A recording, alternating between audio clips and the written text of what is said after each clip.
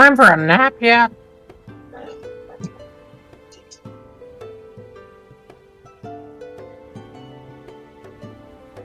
I don't know if I'd feel comfortable taking a nap inside of this tent. Pretty buggy. I mean, I could eat them for you. That's a joke. And while you two say that, Valen, she pulls out her map and she places it onto the table and just scans over it.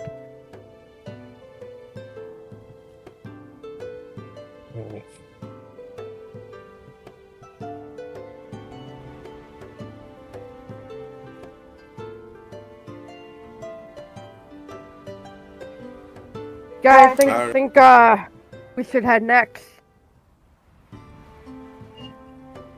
I'm gonna move you all over to the map since she's pulling it out anyway. And I have updated the map, so there's things that you've been able to see nearby, just from like the area around like the southeast of the tent is a very open area compared to the forest nearby. So you are able to make out a few things sort of to the southeast that you weren't before.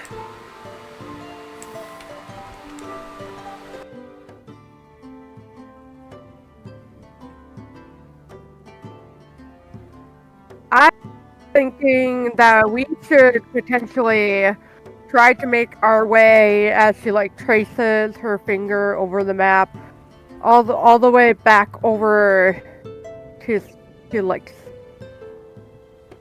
Theron, like. How will we get there again? As Valin is looking over the map, she points out a few hazards along the way. There's clearly a lot of like varied terrain between where you are in Saren. The biggest hurdles in between where you are right now and Saren is there's the big sand sea desert that separates where you currently are from like the frontier area around like the labyrinth and the life tree, the giant's forest, the mushroom forest. There's a whole bunch of spores in the mushroom forest. So if the party wanted to head towards Saren, they would need to avoid everything east of Gnome's Wrath and probably head north, either through Arin's Grace or just through the desert. Graveheart and Onakur have both lived in a desert, having been from the Desert of Demons, both of you. You know how big your desert is, and the size of this desert, like by comparison, is really like fairly comparable. And you know that it takes a couple of days to hike from one side. Hi. Hello? Like what? The suspense is killing me. Rose, would you just describe it as comparing it Onakur's desert to like the Gobi Desert and compared to like the Sahara? I'd say that they're comparable size, and like those two know how long it takes to hike from one side of their desert to the other. Like it takes a couple of days. And when I say couple, it's like 2 to 3.5. So if you're looking at heading east across the desert and then north to avoid like everything there other than maybe Arin's Grace, you're probably looking at like 4 to 5 days of trekking across the desert. What if we go north and then cross where it's thinnest?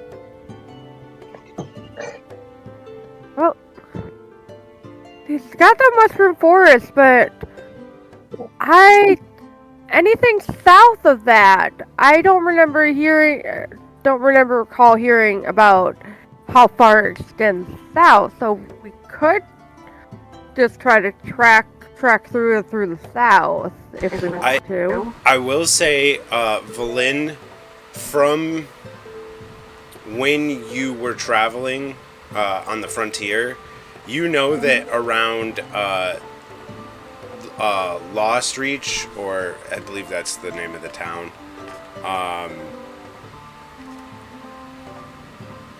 it's either Lost Reach or Never Reach. I can never remember. But it basically down here where there's like a crossing between the frontier and the desert. You know, this area that's blacked out on your map to the south is all a forest. Okay. So you, not knowing what's down there, and sort of seeing that, like... We all still have that crystal in our water jug, or our water containers, don't we? Yeah, so you do know that water won't necessarily be an issue. It's just like traveling through an unknown desert, you know? What sort of things live there? And it's a different desert than the two desert dwellers are from, and they know how bad their desert is. It's full of shadow demons that attack you if you're out at night, so... I'm scared of the sand sharks. There's I'm also... scared of sharks. I will say, the Desert of Demons also has OGaGs, there's venomous snakes, like rattlers, you have fucked up Egyptian shit that comes out of the pyramid sometimes and attacks people. Like, it's pretty bad there. Like, the people that live in the desert, like, know not to hang out in the desert overnight.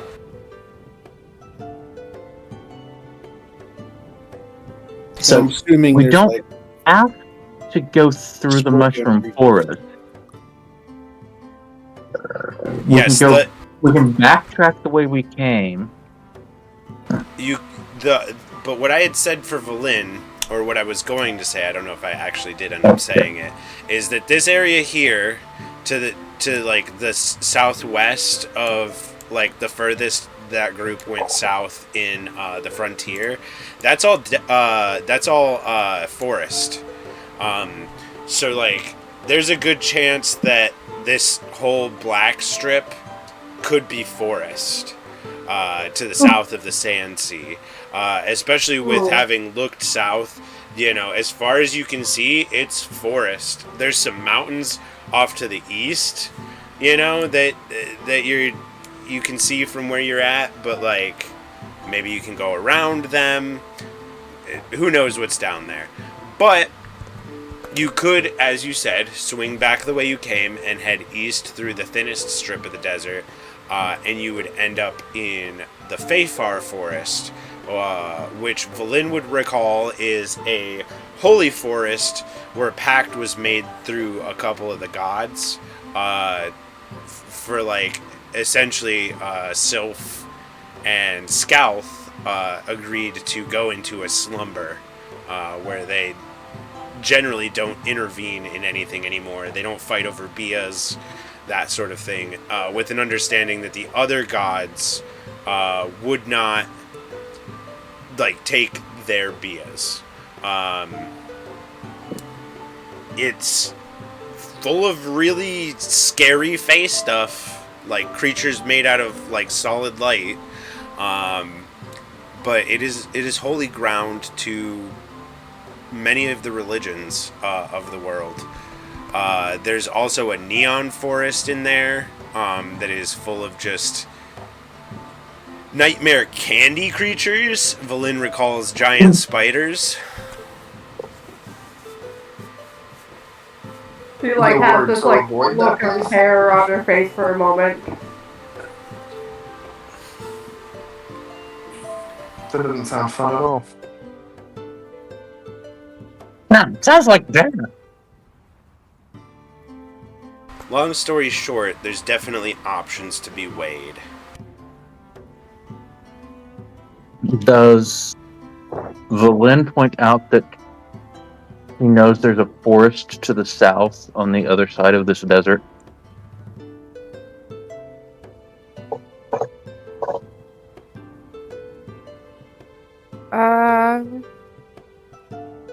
Oh, I've actually just recalled. Yeah, there's a forest down here. So if we decide to go south, we would be trekking into the unknown.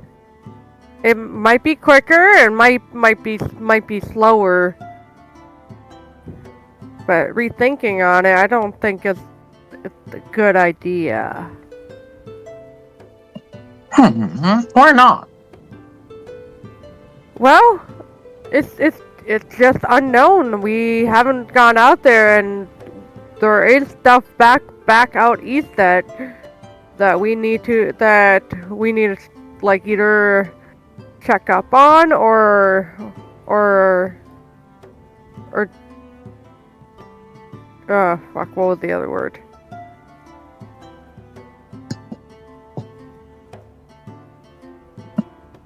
Oh, but whatever which way we go,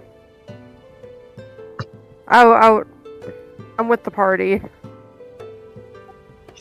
Same.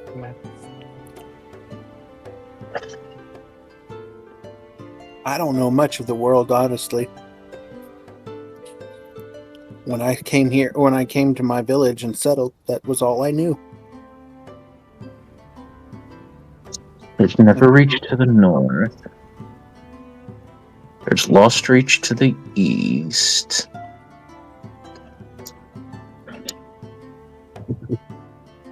I mean, if we head towards or like where Arden's Grace is, we'll still have to go through the sand sea.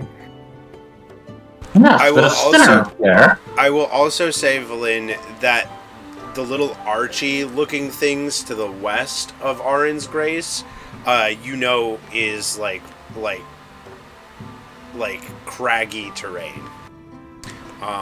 All of that, like those arches sort of going up, there's like disrupted, cliffy terrain that sort of like is broken up earth that when you were all in Bold, you realized is probably from Seath slamming his hand down and disrupting the ground. But yeah, so the area to the west of Arin's Grace, with those little like arches, is still going to be some difficult terrain to travel through. It's not just an easy area to pass. Does the ground have potential to be unsteady? Yes, you're. If you go that route, you're going to have to do like cliff climbing.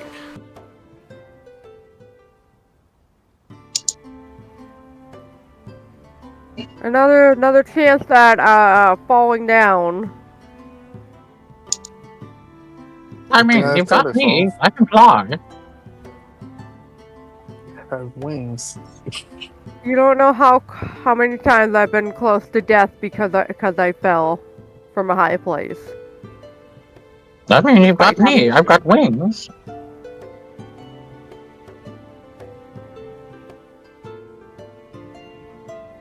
Well,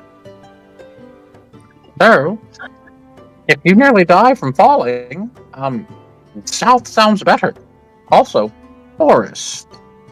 We just maybe take this tent with us and go?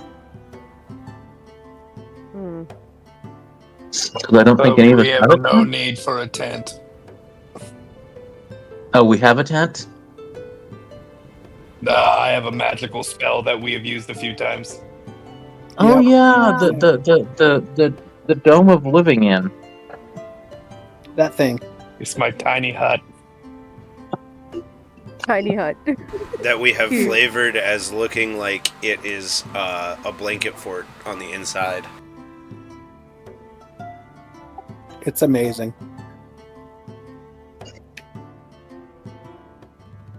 I say we go down, and we go down and go somewhere no one's gone. Or at least we haven't gone. Let us do so boldly. Well, Hmm. I'm not too keen on going south because that's kind of going in the opposite direction. That's going further away from anything else we may want to head back towards. I know I, for one, I think it's time I talk to my dad again. Oh, Didn't you say he was an asshole? okay. Yeah, if it's that important to you, yeah, let's backtrack. We can totally do that. And we can be He's- there for moral support. He's definitely an asshole. That can't be changed. But I think after seeing everything that I've seen since I've talked to him, I've realized that there's a lot of gray area in what the gods have done, and I think that there may be a way that I can work his want and need for war into a bargain for power. How would you do that? We have people that we need to fight and we need to destroy. He likes fighting. His original deal to me was wanting to be released so we could seed war between the church and the military and cause even further damage there. But now that we've kind of skirted around that, and that problem, at least in one aspect, has been dealt with now with the church being prime space reality. But I think that with his original plan kind of being kaput, it may be a way that I could schmooze and work my magic and get my dad to give me the child support that he owes me.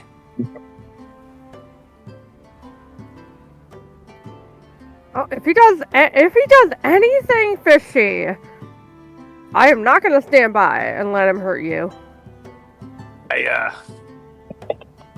I also need to ask him about my mom.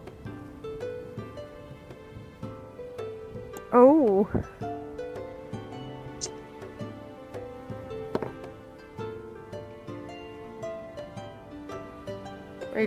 Was she not there with you in the village while you were growing up? No, it was me and my sister were raised essentially by the members of the tribes. We didn't necessarily have like a set family. They just kind of took it upon themselves to raise us, and we had use to them. We could do chores, we could work, and I mean, my sister took more to the religious aspect of it. I was a bit of a fuckabout, but I could lift things, and I could also cast a little magic here and there.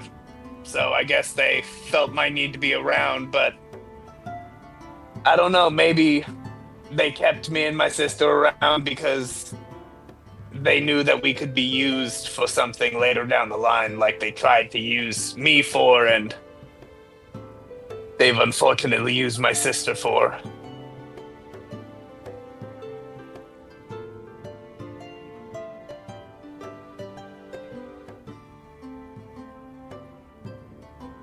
But with the plan of going through the desert, on which direction we should go, I am not opposed to skirting a bit south, but still hooking back up, going back towards the volcano.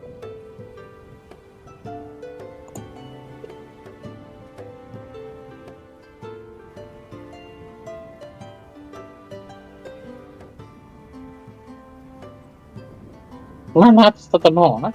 So maybe think good.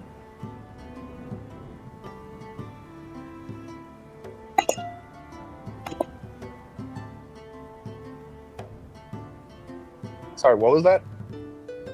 And that's to the north, so maybe we should go north. Wait, don't you also get wings on occasion? Looking at Valen. I can fly, but I can't fly for as long as you can. Hey, Rose, outside of combat, how long would you say that Valen would be able to fly for?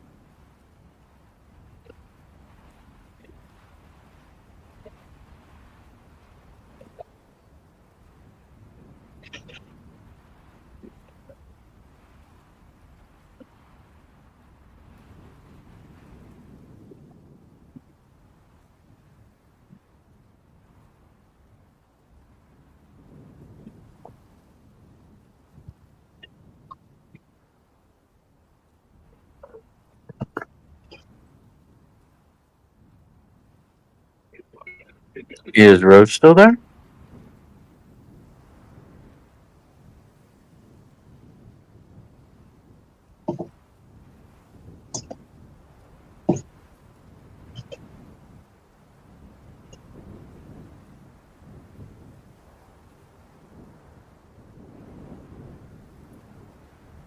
Don't know. Everything just went silent. Yeah. Maybe internet issues? I'm still here. Oh, Okay. okay.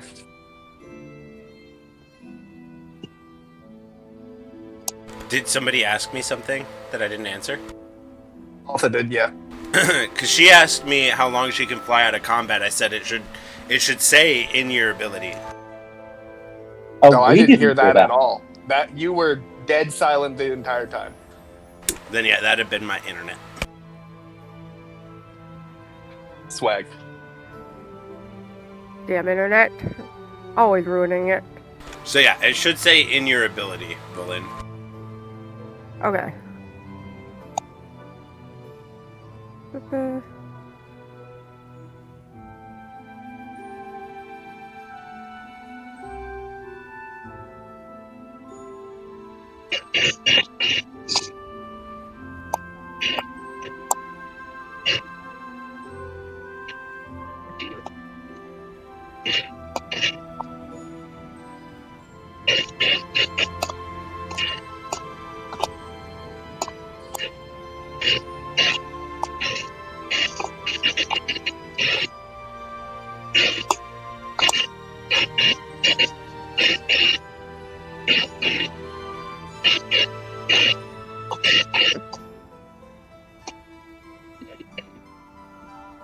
So yeah, one minute. Okay. Sorry, it took me a bit. 1 minute for... Yeah.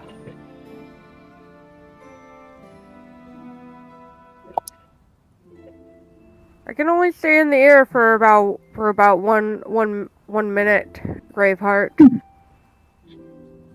Maybe we need to Oh. get you a flying carpet.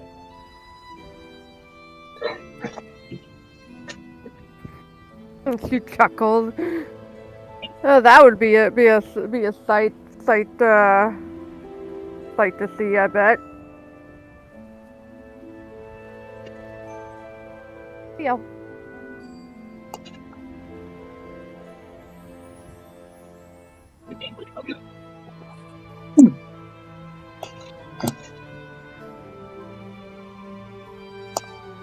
I mean, isn't there also? I mean, we could go to the Faithfar Forest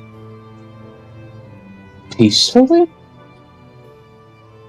Yep, Boom. I had mentioned that previously, as that would be the shortest cut through the desert, at least you're aware of at the moment. Valin would remember that the Faithfar Forest is a holy forest to 3 different gods. It's Sylph, Scalth, and Arin. And a pact was made there where Scalth and Sylph went into slumber. But it is full of, like, creepy fey beings made out of solid light.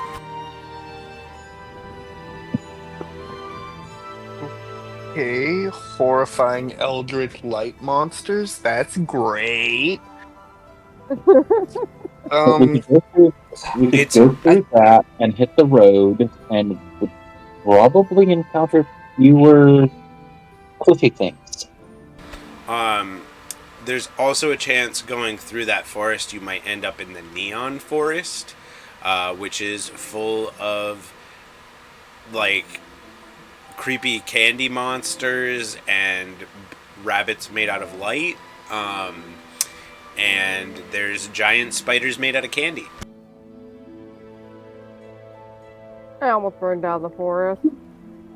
You can't dangle rabbits made of light and then throw candy spider right afterwards. That's just unfortunately rude. Sounds like dinner to me. Either way it goes. This is my world, and I can do whatever I want. Yes, you Whatever, can. whatever. I do what I want.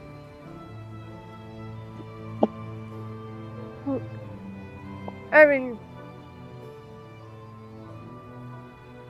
I've already been through there, so it is known to me what is inside there and the path that we can take.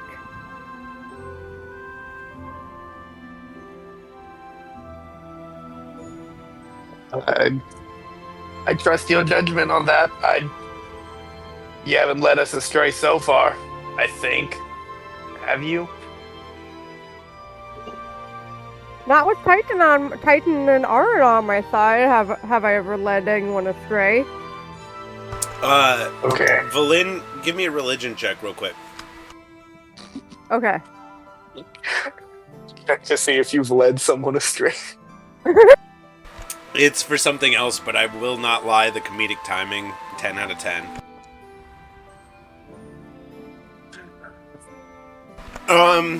You know there's like 3 Bias in like short succession in that area, and from your recent experience with everything you've seen, Fae, Bia, lots of Bias, shit that's been happening, it might be different from how you remember. It's hard to say though. Well, I may have gone through there before, but considering everything that we've learned and experienced so far, though the areas might have changed. So they might be completely new.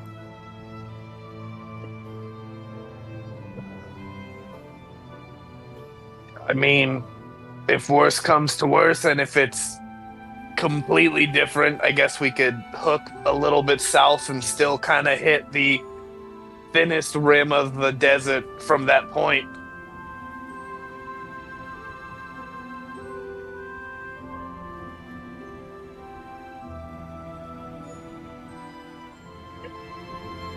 To the thinnest rim of the forest up north, and we follow the tree line south to Arin's Grace.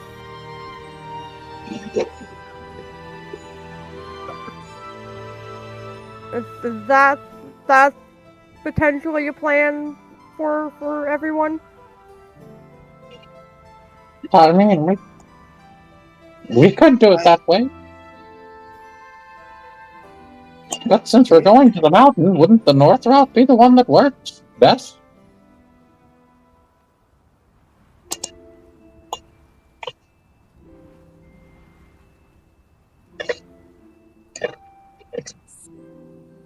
That's that side gate place? Siege Gate. That was on a core, not knowing how to pronounce the word that he just saw. You mean Graveheart? Excuse Yeah. you, I know how to read. I'm mixing up my characters.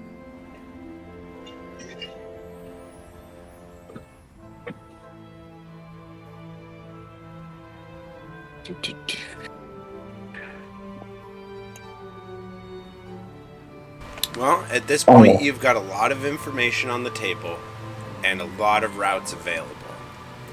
My suggestion as a DM would be maybe put it to a vote. It kind of sounds like everybody's in agreement that you're going to go with what the party agrees on. So just getting a general consensus seems like the right move. All right. How should we do the vote then? Just say which route you want to take, and whichever route has the most votes is the route you guys will take. I vote for north.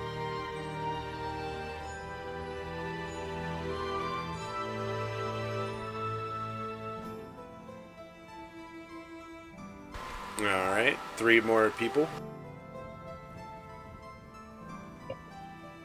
I say north. Yeah, I think we should. I'm convinced that we should go backtrack and then go across. Alright, I think that gives it the majority. So with that, the group sort of begins to plan their trek to back to Neverreach and then east, hopefully into the Feyfar across the shortest part of the desert.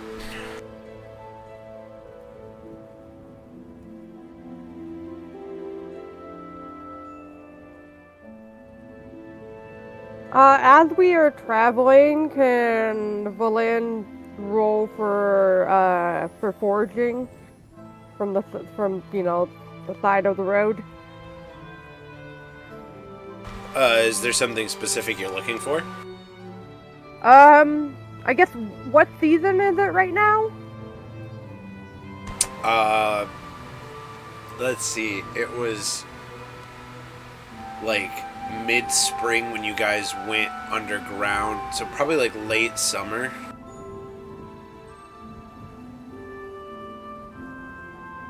I guess Valen will Gavin for wild fruit and vegetables, if that sounds correct. All right. Did anybody have anything that they wanted to do before you guys started your backtrack? Yeah. Anakur wants to test something, and he's going to take Philip out of his bag and in his little pot, and he's going to put him down on the ground. He's going to go outside of the tent where we were at, and he's going to find an area that's got a decent area of where there's a decent amount of vegetation growing already, maybe some even just weeds or dandelions and stuff like that. Just find an area that looks like there's a lot of small plant growth already.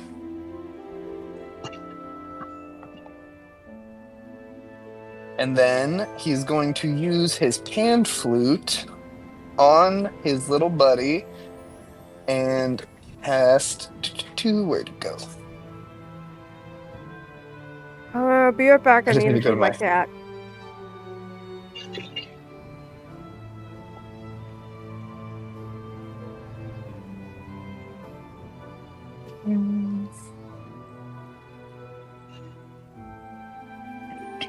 Where is my spell?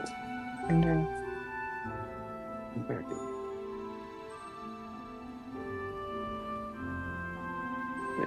is plant growth?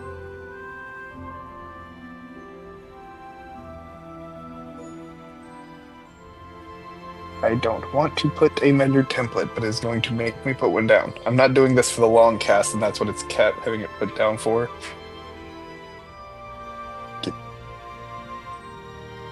Throw it in chat. There we go. I just want to play it for him, and I know this in my head, I'm thinking it's going to be a temporary thing, but I want to see what the effects will have on him.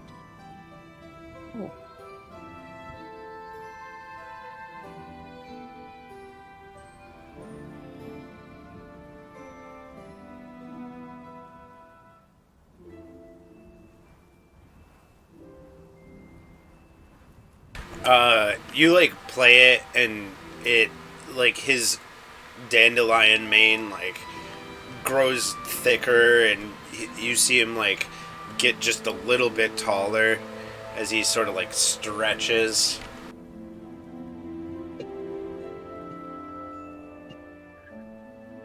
And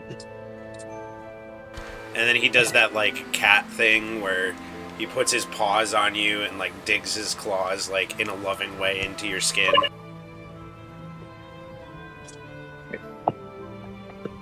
Honokur will like scratch him on the head and under the chin like you would a house cat, and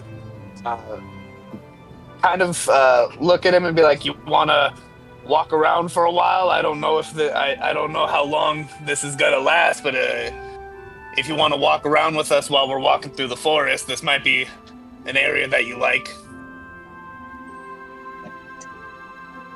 He makes some happy little noises. He's about as tall as Mika now, maybe a little bit shorter.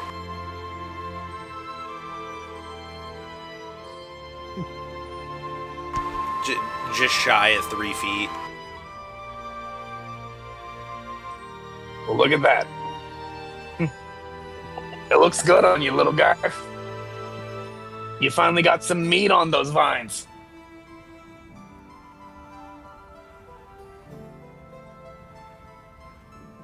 All right. Well, now that he's done, he's happy with seeing the result of his spell on his little buddy. He's just gonna. I'm ready whenever everyone else is.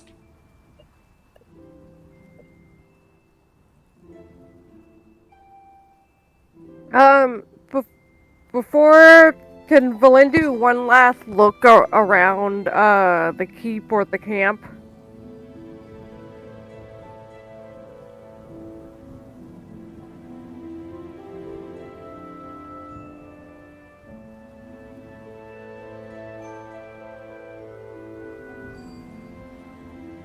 What was that?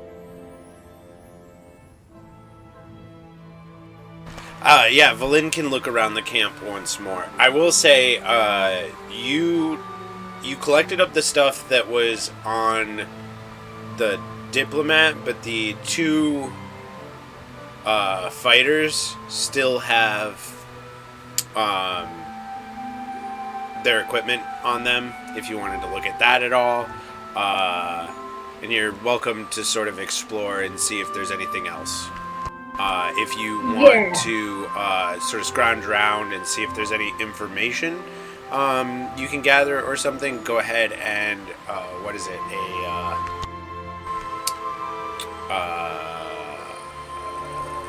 I'm gonna have to click on a character, aren't I? I will take a investigation check.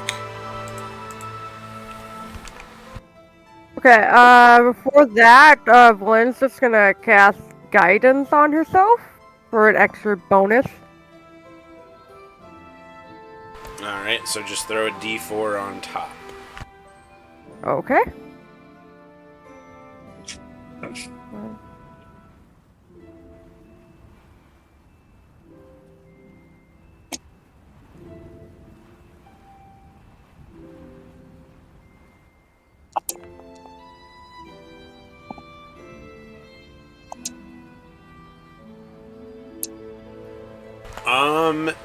You find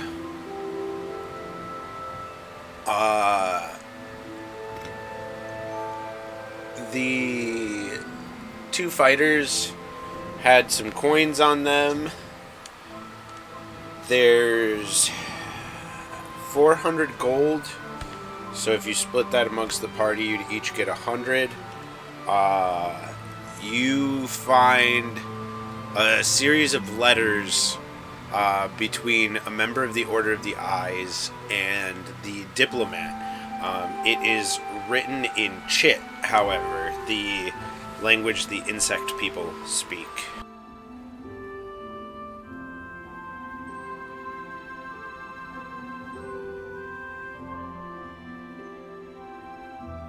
She like holds it up to her friend. Can anyone read this? That's wingdings.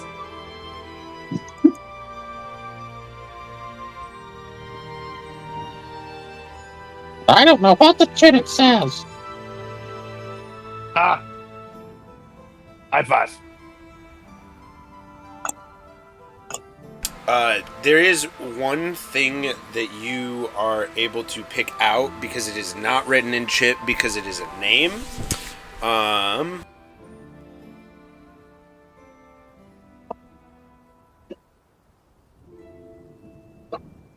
It's just the word shade.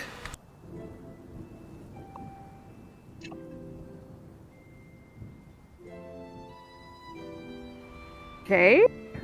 Now, is that a place, a person, a thing, an idea? I mean, it could refer to Shaden, but that'd just be a shortening of the name, and I don't know wouldn't make sense to do that.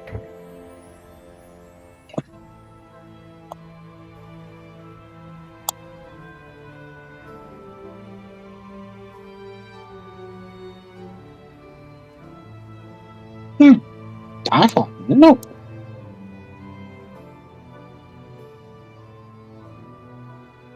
Shade. Is there a place with that name in it? With that in it on the map?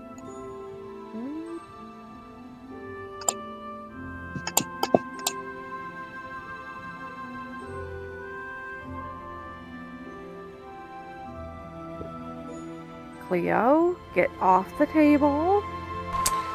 So everybody should now be able to see shade number 9 under the Order of the Eyes. Oh. I need my notebook. What section is that in? Under the Characters tab. Oh, okay. Or Actors, I guess Foundry refers to it as.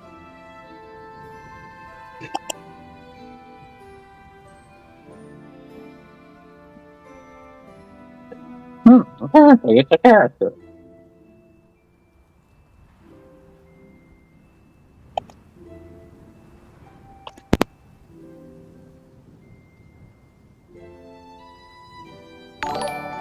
The person playing Braveheart is, of course, not a smartass.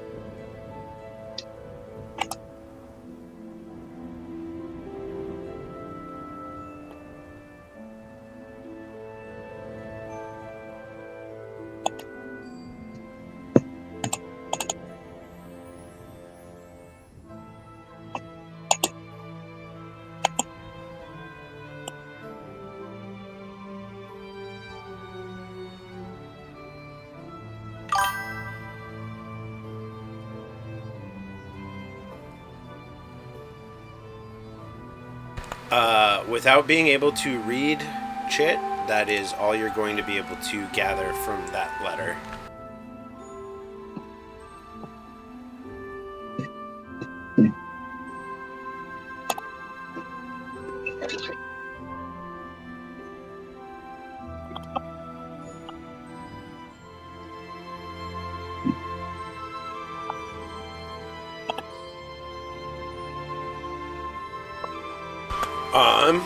If that's all you guys are going to be doing at the tent.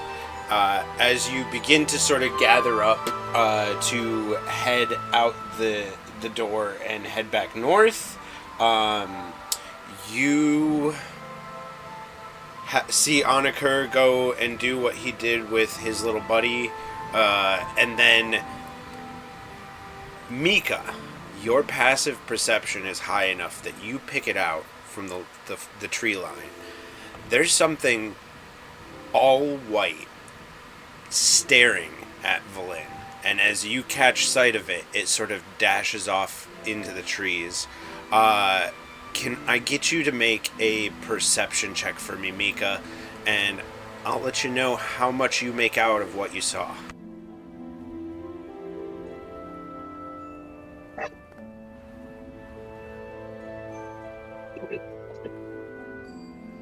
Oh yeah, you were able to see it plain as day. The question is, and you get to decide this, does Mika know what a unicorn is?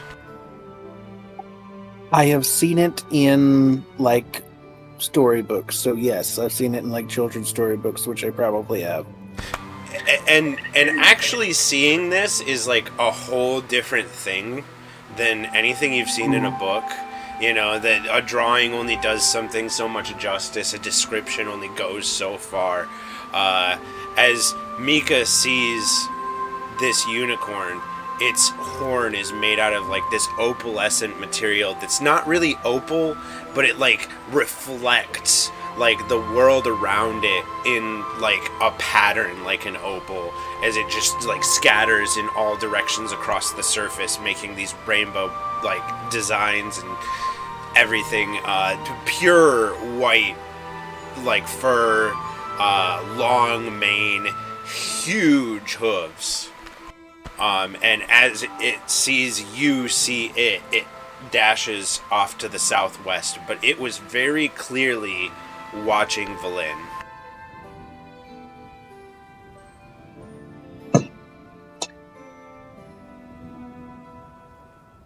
So if you're all looking at your characters on the map, we'll say you guys are all, like, right here, right? It ran off, like, this way. I'm going to be, like, hopping on my feet, and I'm going to be like, did you see that? Did you see that? Do I get an advantage on a perception check since Oo's shiny?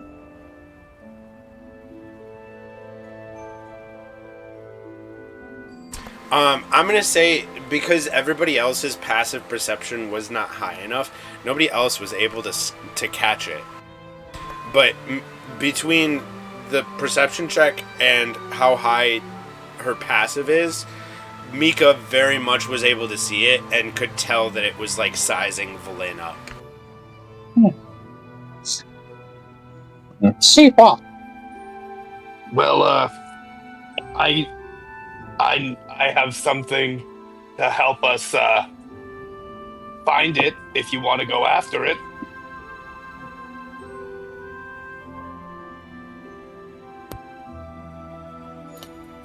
Can we? I gotta see this up close. Okay.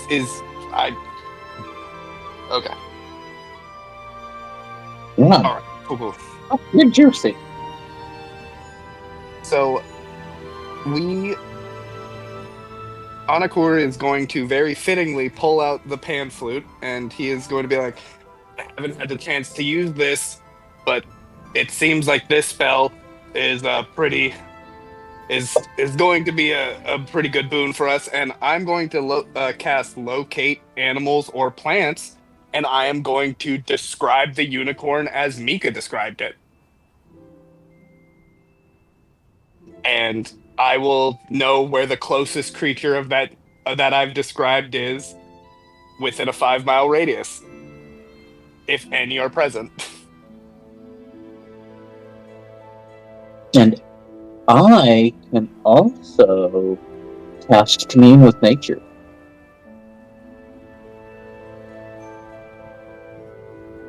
It takes me 11 minutes. So yeah, everybody sort of sets up the drum circle real quick as Anakur and Graveheart, like, do their things where they like commune with nature, and it's you get a much more clear layout of the land to the southwest. That there is a glade, like right up against the edge of the world, like over here, and as Onakur like hones in on the creature, that it is very clearly like in that glade, like looking off the edge of the world.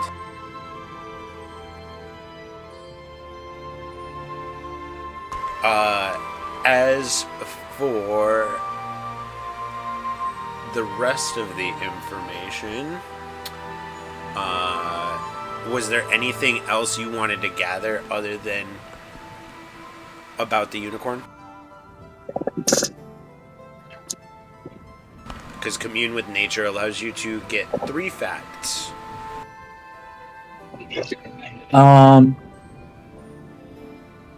Are there any creatures that we want to avoid along the lines of fiendish, undead, or elemental things?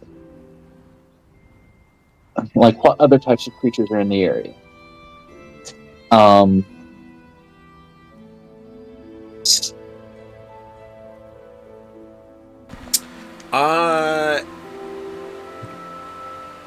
I don't know if it falls into those categories, but I'd say you get a ping to look out for basilisks. Might be dangerous nearby. But I mean, that would be an animal. yeah, Of some sort. but you also get looking for like the celestial, fae, fiend, elemental, undead. You get a ping for like a celestial sort of energy over this way, like the exact opposite direction to the east.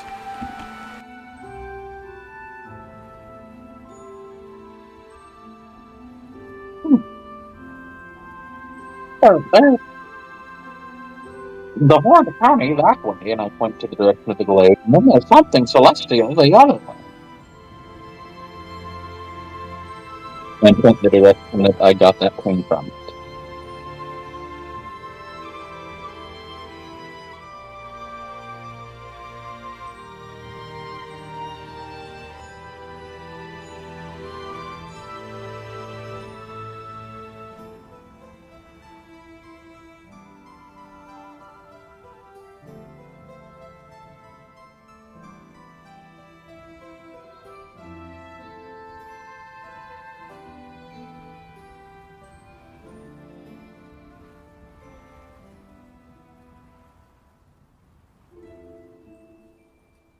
Oh, a basilisk monstrosity.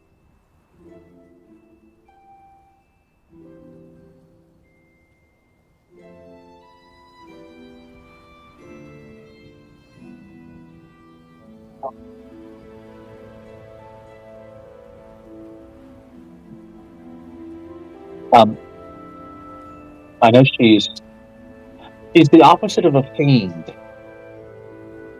What does Yeah. the demigod count as? They have a similar energy to celestial, but they're like a different thing in this world. I'd imagine that anything that's able to pick up fiends and celestials are able to also pick up godlings in this world. There's nothing like that nearby. Besides the glowing lizard. Well, yeah, aside from present company.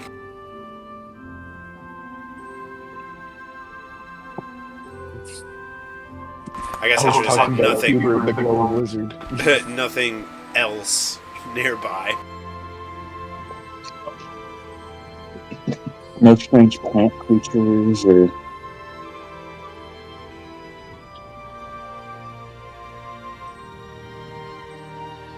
But that's good to know. Well, do we have to go find the unicorn, or do we want to go investigate whatever that celestial entity is? Or do we want to do both? I think unicorn first.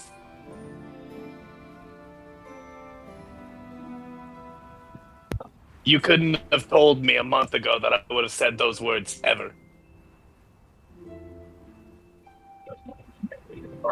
Oh, now you could say that you have said them.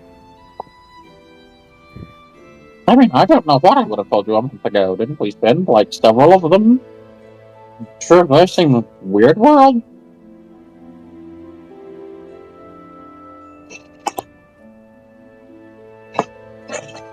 Alright, so no need for any checks or anything because you know where it is after your spells, and you know the general layout of the area thanks to Graveheart.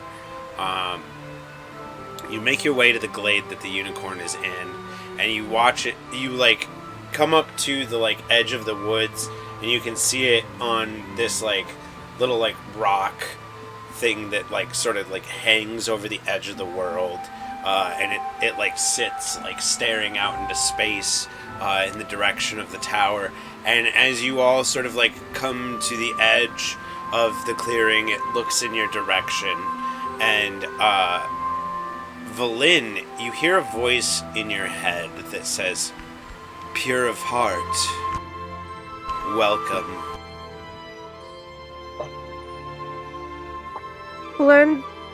Valin tilted her head a little bit, kind of like a cat, and like, are you the one who's talking in my head? Excuse my rudeness. Are you saying that out loud for everybody else to hear? Yes.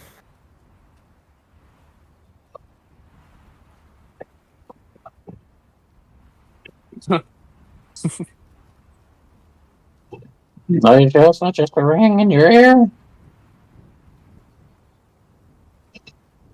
Like, the unicorn is talking to me.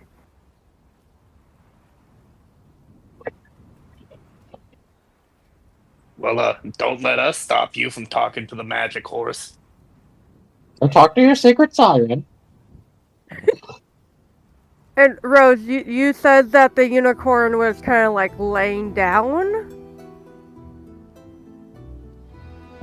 Yeah, it's like in a resting like position, sort of like on its side, like looking off the edge. Well, it was looking off the edge of the world, but it's now looking in the direction of the party. Because I guess what Valin will do is she'll walk towards the unicorn and sit beside it to, like, I guess look out into space.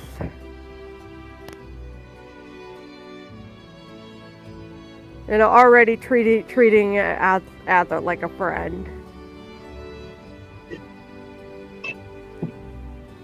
Majestic as fuck. Yeah, so you all watch as like Valin walks out and sits down next to this unicorn, and in your mind, the unicorn says, "I've been here waiting. It's been a long time, Valin."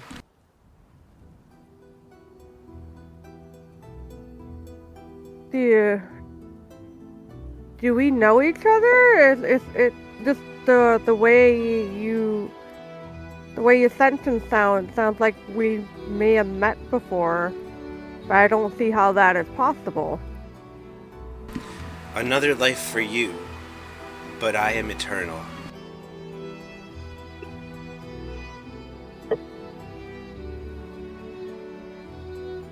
It's a pleasure to meet you. What do you call yourself? Isolde. Oh shit, you're gonna have to spell that out for me. uh, Oh, I see it. She says, "We've met many times, and never do you remember me, but the part you play in the story of the world is always important."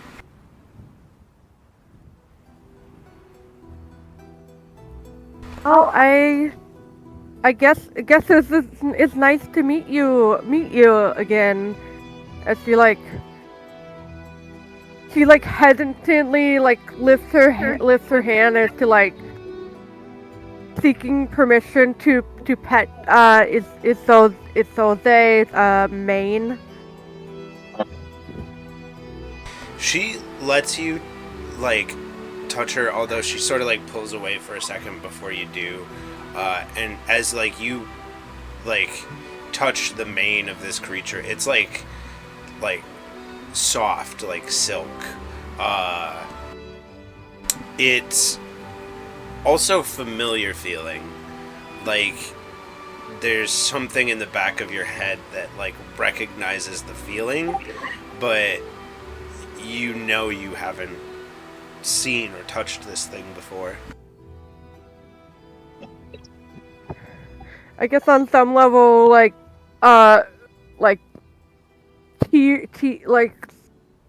little bit of tears start welling up on the side of Belin's eyes, and like she doesn't understand why she feels such strong emotions from this creature.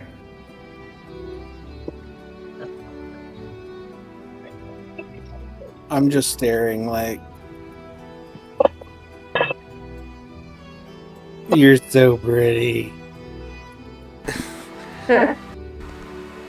Valin, we don't have much time before everything restarts again. We should make haste. I know not what your next goal is, but I would aid you in getting wherever it is you're going all the swifter. Thank you so much. We would greatly appreciate your help, and oh shit, we'll make sure we take good care of you too. I mean, not that you can't take care of yourself, but we'll treat you right and with respect.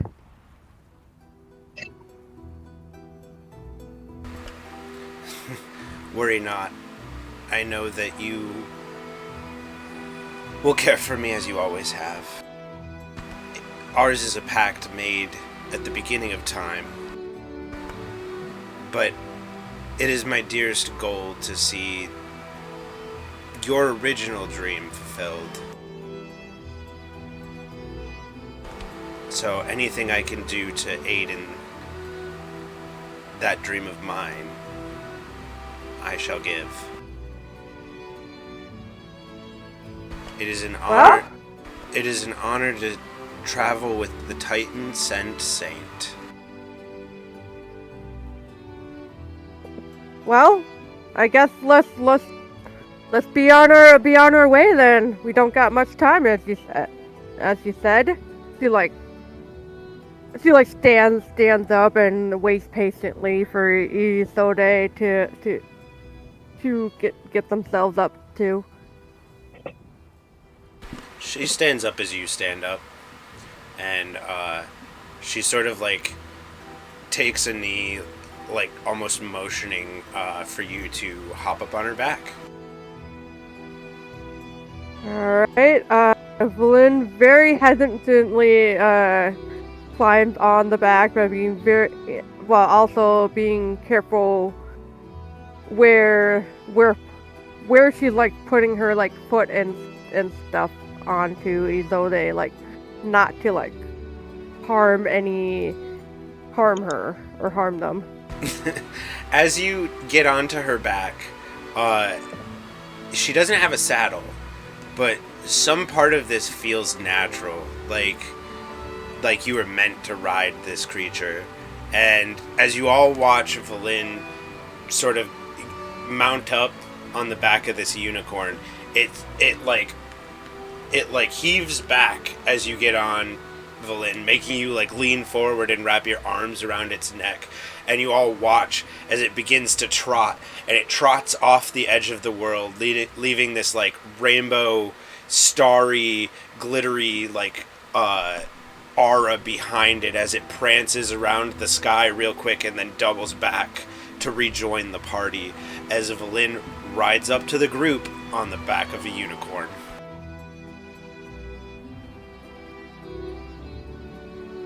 Damn, Rose, that was awesome. Huh.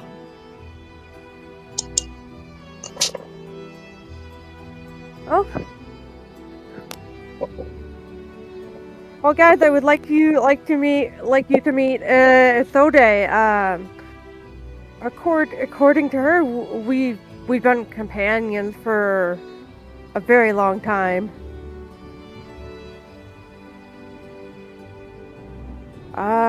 Sode, can they? Do you speak common?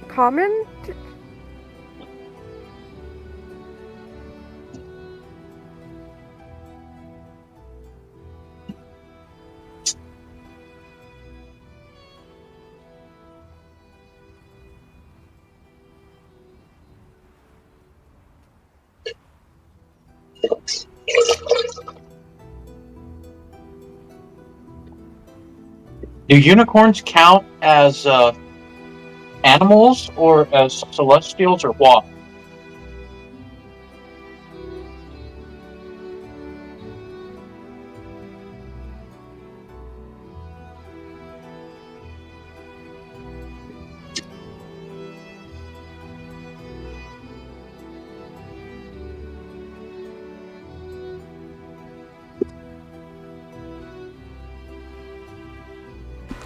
You should have a character sheet for her now under sidekicks and summons.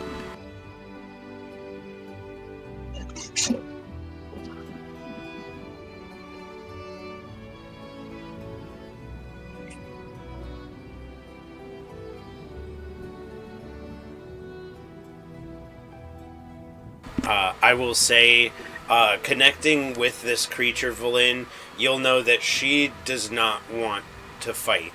So, if you do get into combat, she is probably going to nope out of that situation, unless it absolutely requires, you know? Okay. So it's just be like in a game where like you immediately, as you enter the battle, you immediately get off the mount, and the mount just goes, "Well, I'm off into the ether." Yeah, unlike Hypnos, she's not really like ready or willing to be a combat mount.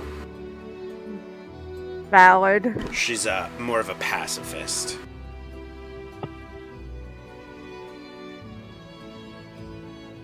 That's a more of a passive hoof. Sorry. Sorry. I'm not the only one making bad puns.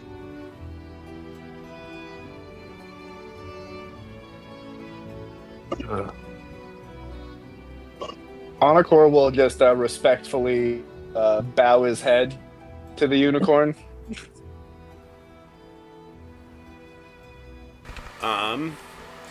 Does Onakor speak Elven, Celestial, or Sylvan?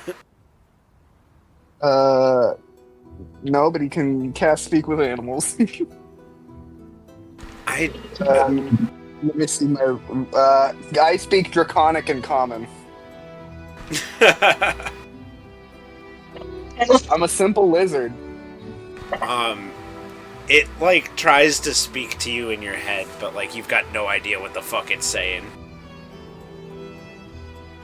I guess. Also, since it's a celestial, I don't know if it counts as an animal, so I don't know if Speak with Animals works with it. It also just says when I speak with animals, text says you gain the ability to verbally comprehend with beasts. So it's a celestial beast.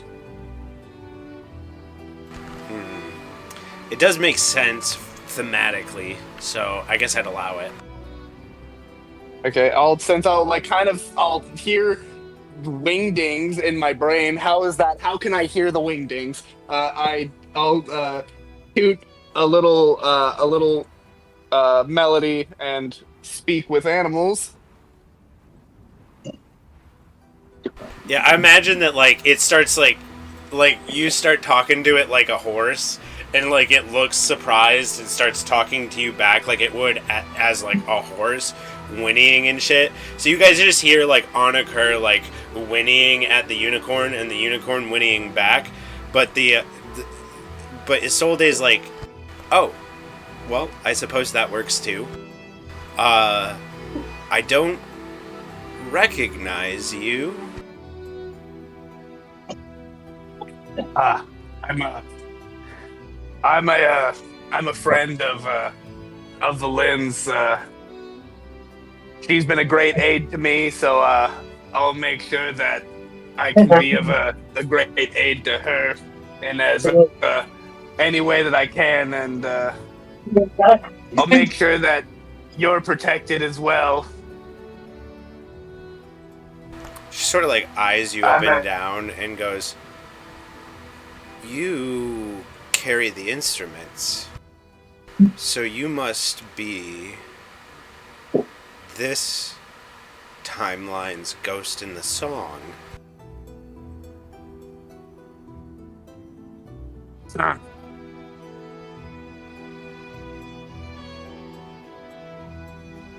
The better title than Simple Lizard. Usually it's Does a that rabbit. lipless lizard smile? Usually it's a rabbit, so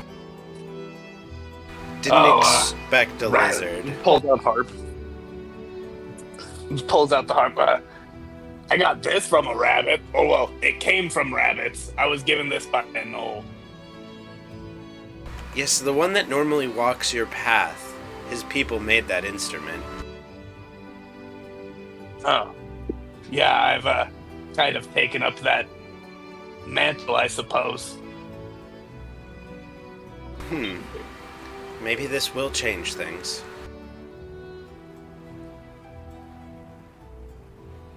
I'll do what I can.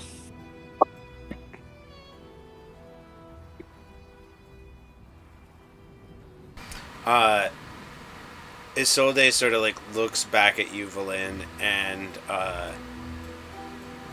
in your head you hear, "The Crest clan awaits to the southeast. Should we not see them next?"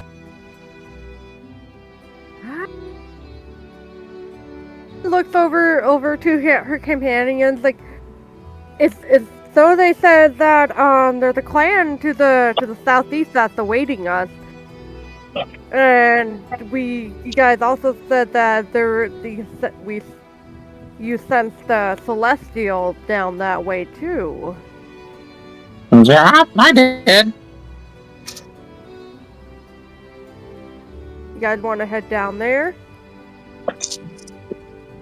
I mean, I'm not one to say no to a unicorn that walks on rainbows. I am with the unicorn. Whatever we're supposed to be doing. Oh, and the party too, I guess. Secondary. The party is now secondary. Unicorns involved. This is The unicorn like looks around the group as you're all like discussing like the next steps and goes, "Valin, were there other plans?"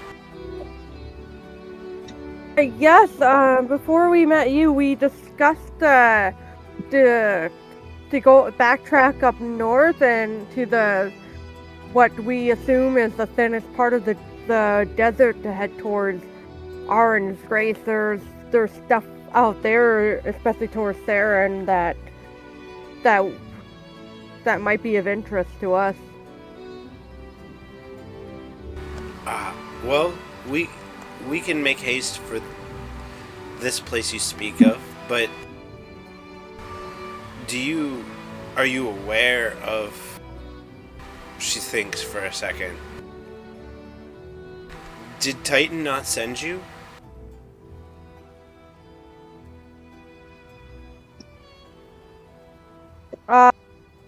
Valin know what Isolde is referring to?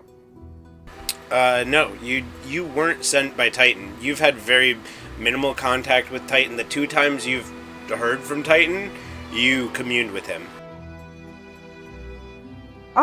No, I've only communed with Titan 2 times, and both those times were involved different stuff. that we were dealing with at the present time. So, no, I'm sorry. The unicorn brays a little bit. I see. Things have already changed greatly. This is very exciting.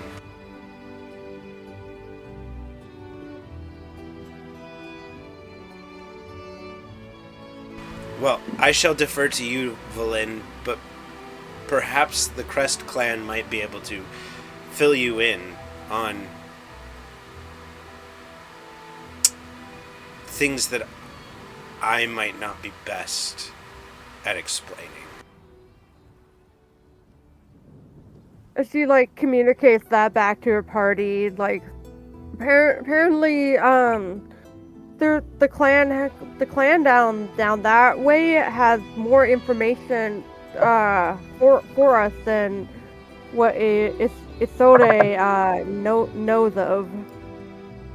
So maybe there's something down there that could be a great help to our quest when we head back out east.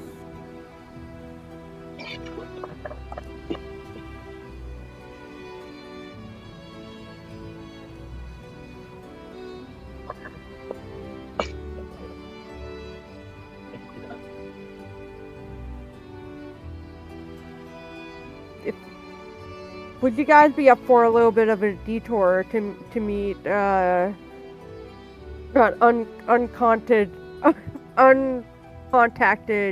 tribe? I mean, it's not much out of the way.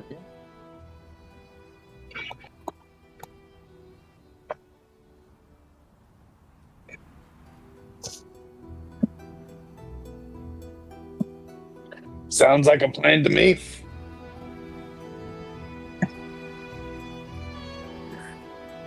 Yep. Like looks to Isode and just nods her head as in, yes, let's head to the tribe.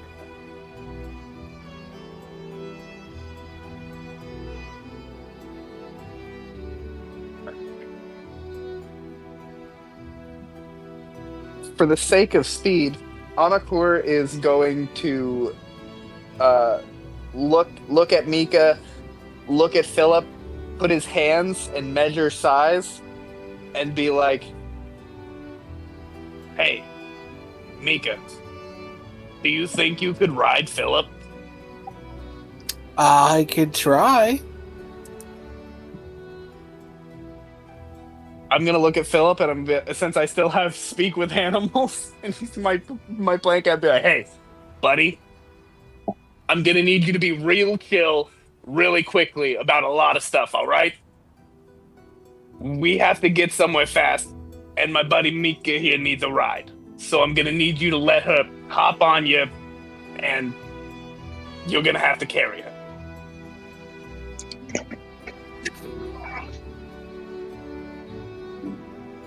This is just me making cat noises and going.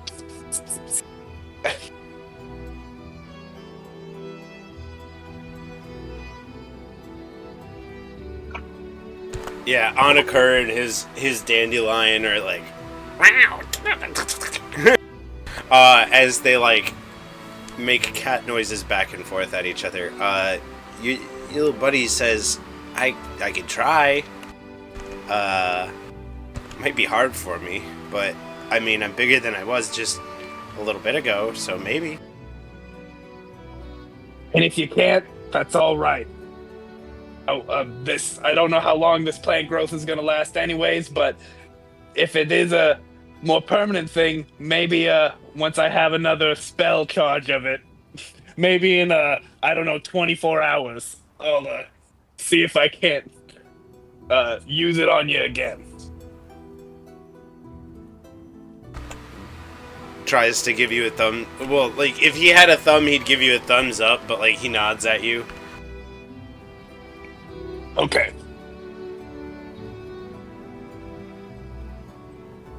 I think he's ready, Mika. Yeah, he, like, sort of, like, gets down for, like, Mika to piggyback on him.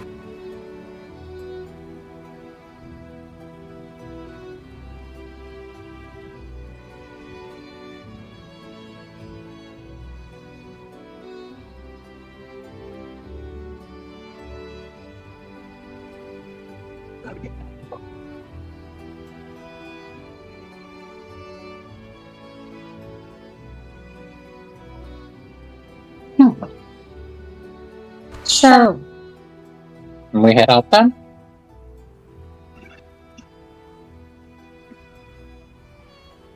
Right, what do I ride?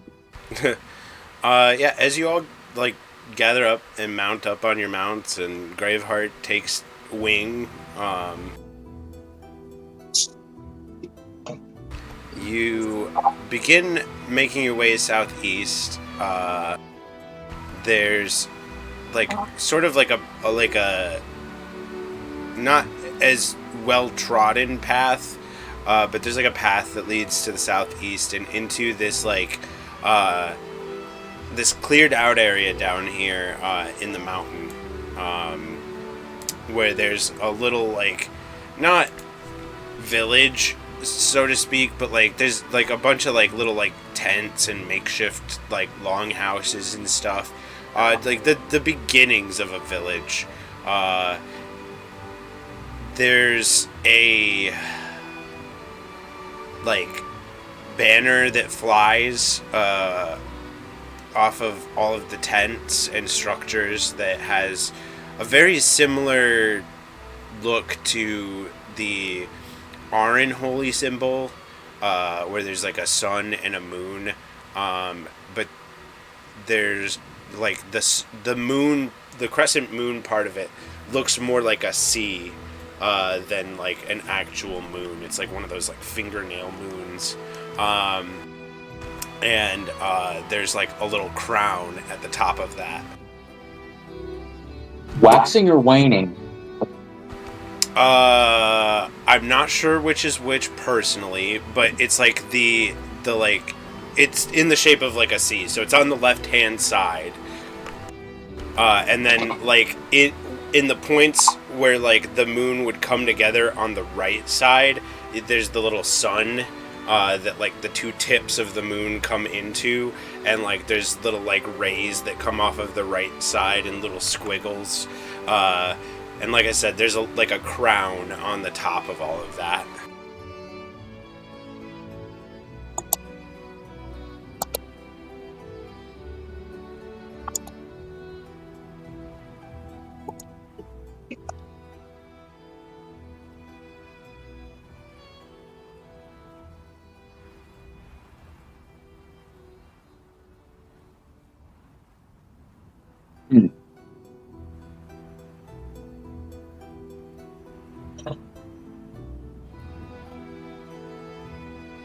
But yeah, so you are on the outskirts of like this little like makeshift like group of structures that's like the beginning of a village.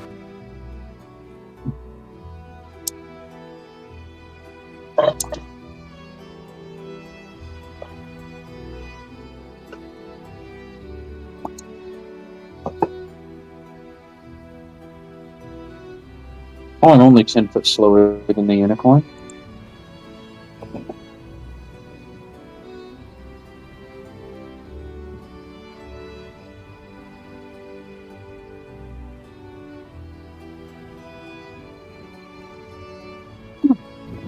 Interesting. Is this where I sensed the, Uh-huh. Yes, this is where Celestial? this is the place that you sensed that celestial energy from.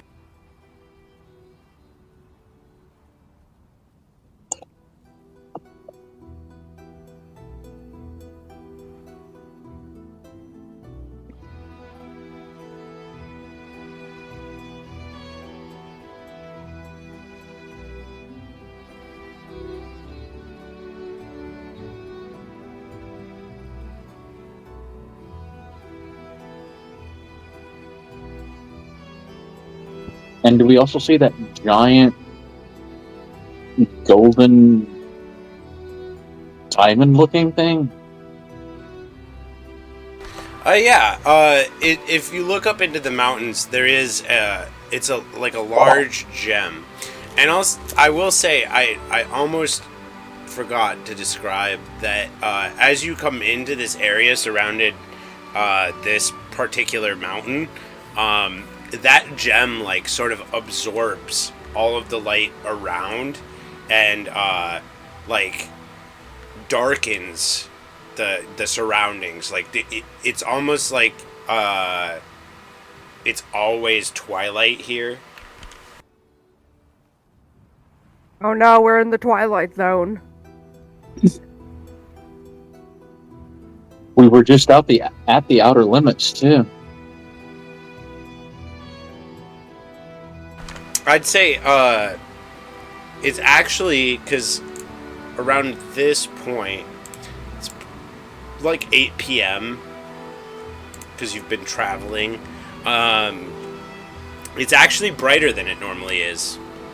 Like, this thing's actually now giving off light where it was absorbing light earlier in the day.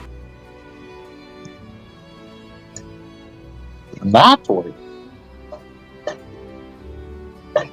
So it's like a big light bulb that absorbs light as its own source and then gives off light during the night.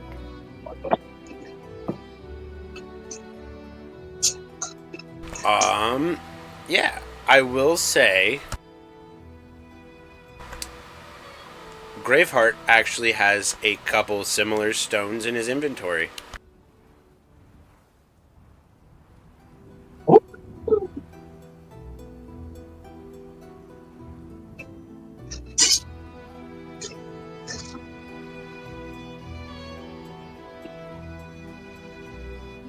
Yep, it was, you found them while you were in the underground geode room. You have been referring to them as Titan Stone. It is a yellow stone that absorbs light and then glows in the dark.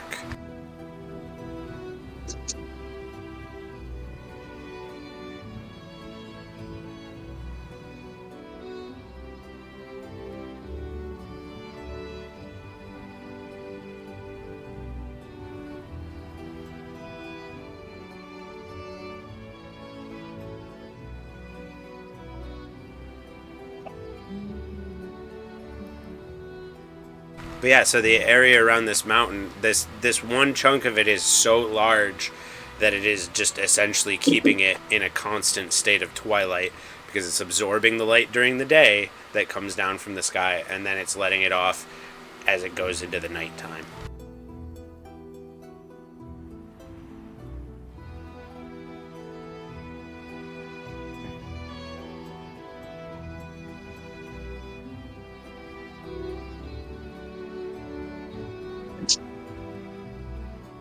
Alright.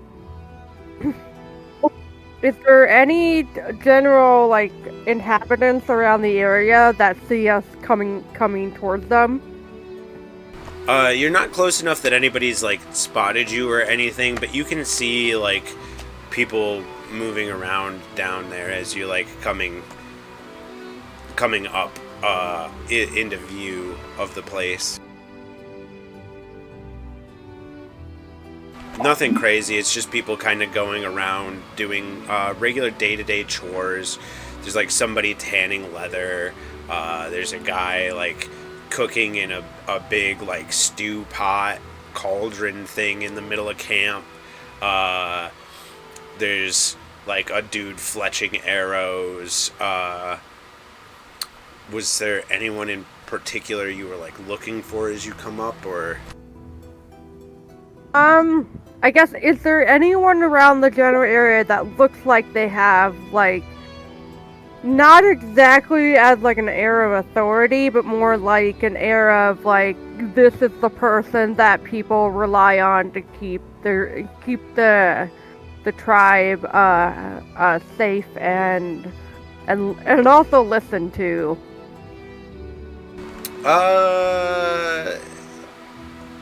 Go ahead and give me an insight check. Okay. Make sure I have guidance up again. Yep, okay.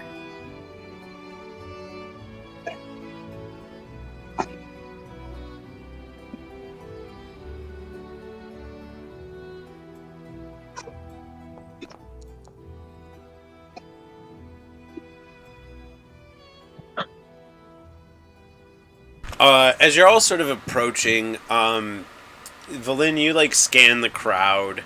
You see there's a young fellow sort of like near like the path that sort of leads into the camp. There's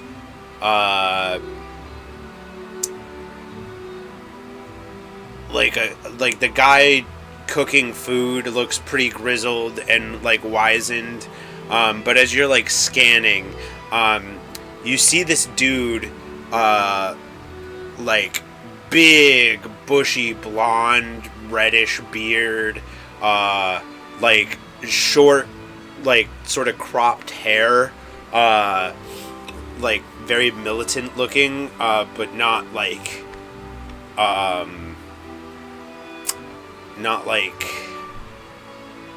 othering. Like he doesn't seem scary as much as he seems like a rock, you know. It's like a just leadery looking sort of guy, and he has like this like long yellow cape coming off of his back, and he's wearing not anything fancy. Like the yellow cape is probably the fanciest thing he has on. It's like a cape cloak thing. His outfit itself is like a blue, like dark blue doublet. So he has this like gold and blue sort of like vibe going on.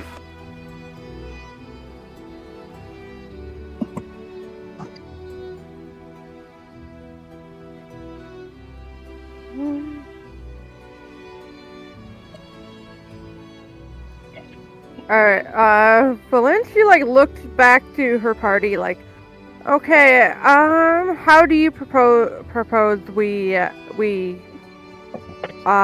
introduce ourselves or make an entrance, I guess, like, do we just... I mean, you're on a unicorn. That's kind of an entrance. She like blushes. You can't make any more of an entrance. And we've also got a mouse for riding a dandelion. And a lizard riding an owl that looks like it's made of the cosmos. A tree. And then there's A tree the most random of scenario. all. Yeah, we bad.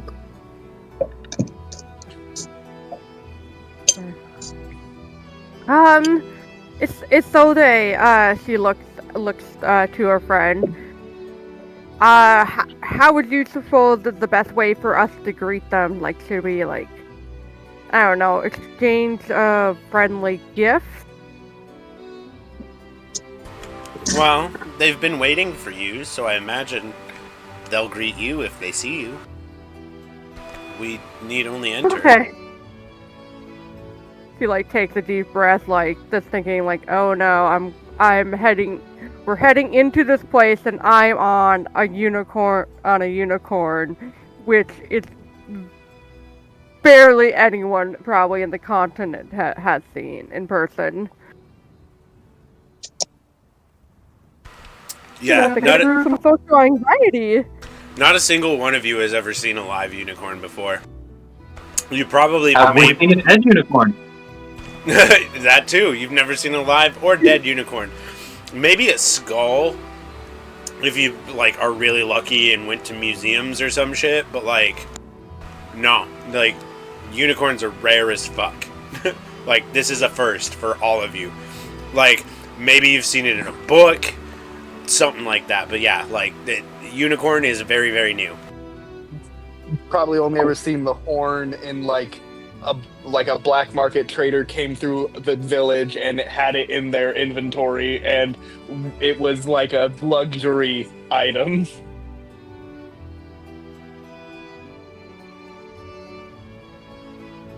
I mean, that Unless does it sound was legit. secretly a narwhal horn. Hey, it could be. I've never seen one of them either. I hear that the unicorn is the same.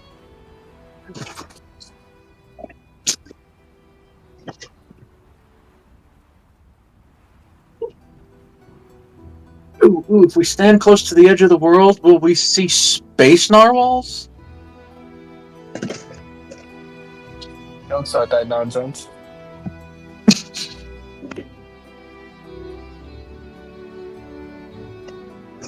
Will we see London on the back of a whale? Alright, sorry if I missed anybody talking to me. Somebody was talking at me for a sec there.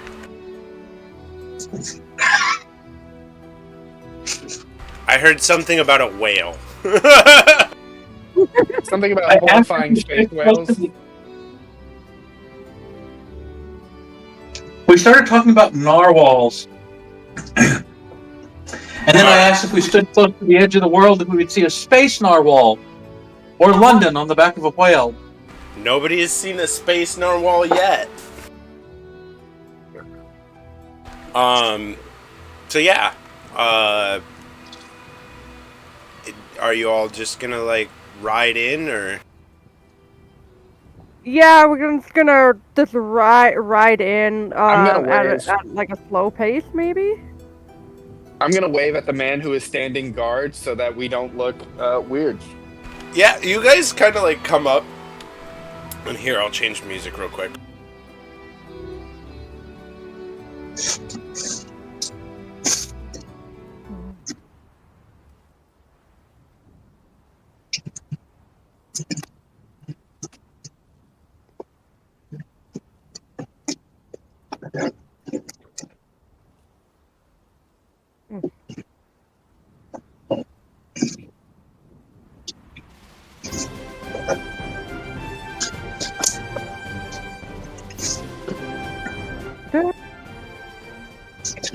Loud.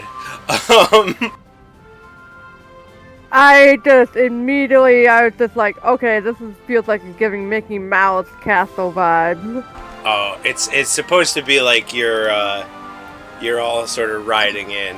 But yeah, you all sort of like ride up on the back of your various mounts or flying or whatever, and Anakur waves at this young guy, keeping watch, and he does not notice you until you are like concerningly close. Like he did not see you coming until he saw you coming. But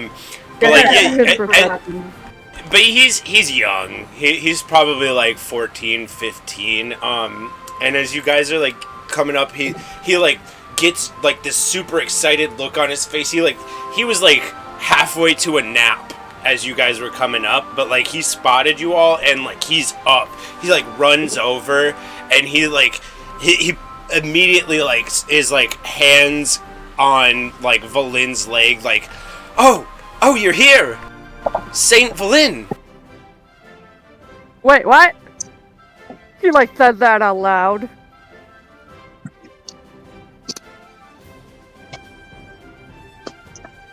This ain't what I was expecting.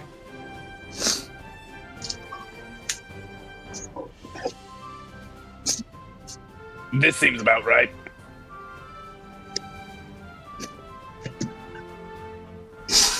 Titan sent you all, What the right? heck's going on?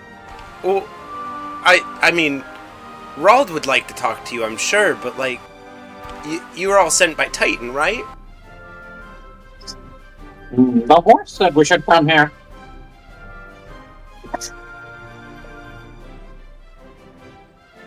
And I point at Silva.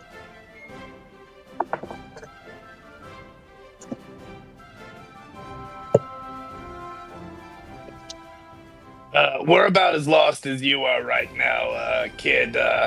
This rolled person you said needs to talk to us. I think we need to talk to him too. Yeah, we're here to seek answers. Oh yeah, And questions. he'll be over in the main long hut. And he points over, and the guy that you had scoped up as you were coming in, Valin, you see him duck into where this kid points. And like I said, everything here is pretty like thrown together. Like these people are like just starting to set up shop here, sort of deal. But yeah, like there's like a main like long hut, like Viking style or like native sort of deal.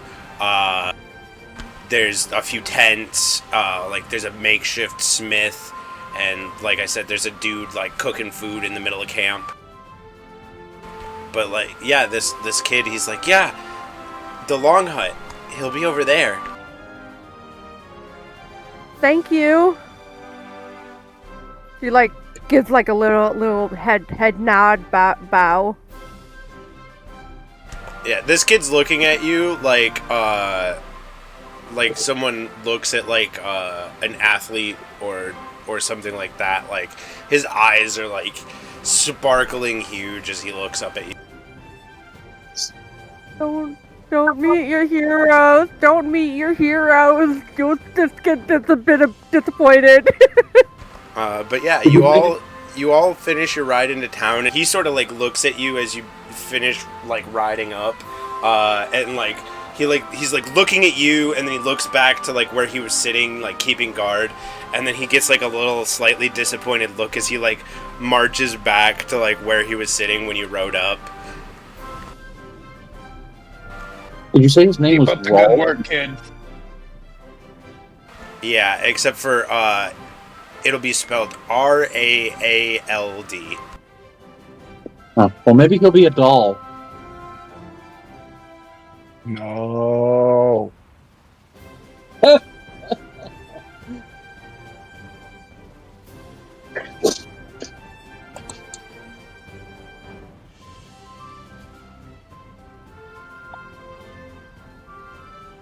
But yeah, as you all ride up, like everybody in this area is like eyes on you. What was the name of this town again? Isolde had referred to it as the Crest Clan.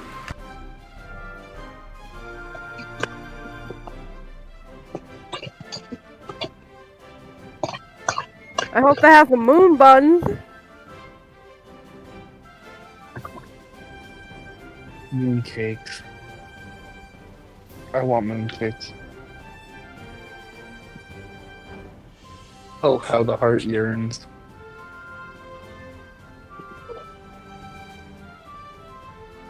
We were told to come here to seek you out for questions and answers.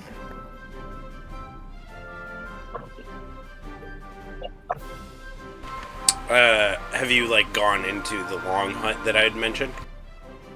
Damn it, sorry. You're all good.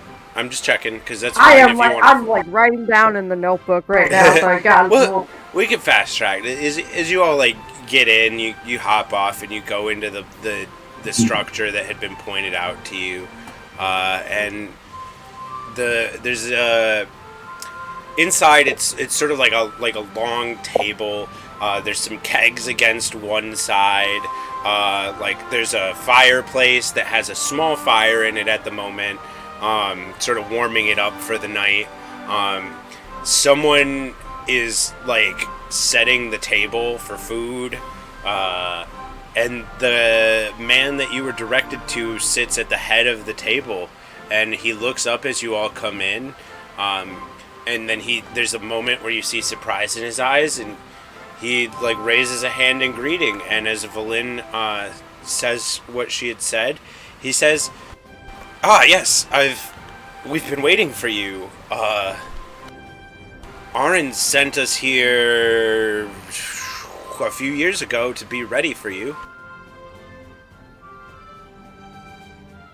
I hope we didn't make you wait too long, or just I don't know what people do when they travel on the road for their lives.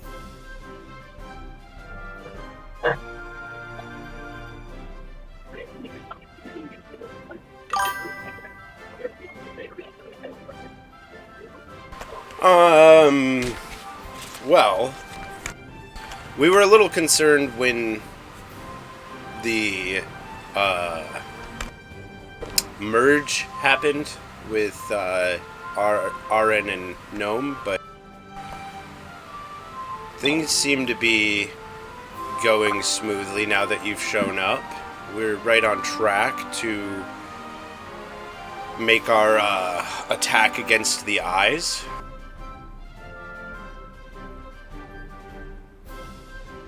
Oh? Is that not why you're here? Well, we definitely have run across the eyes over the course of our travels. We actually just got done defeating one of them. Good. Sounds like you're getting the jump on things then.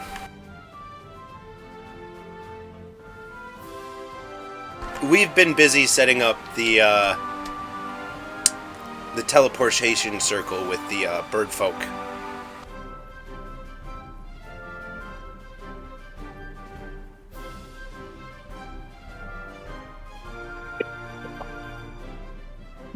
From the Blue Sands?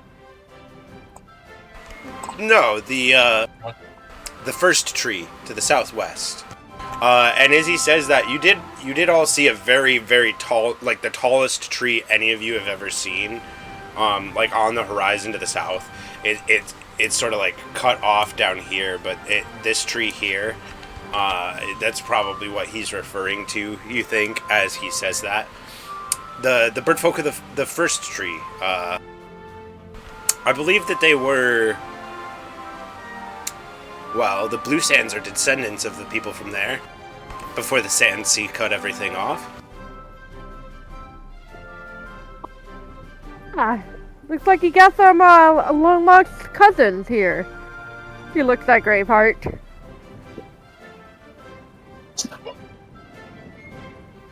Should probably meet them.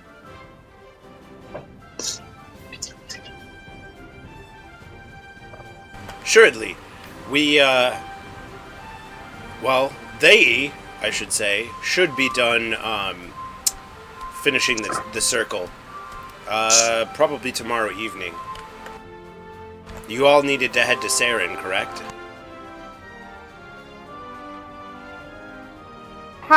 No. Because that was something that went wrong before. Oh. I don't remember if it was last time. Well, I don't remember any of it. Likely, like, you don't remember any of it. But we were told that one of the previous times it was something that went wrong is you were all stuck over here.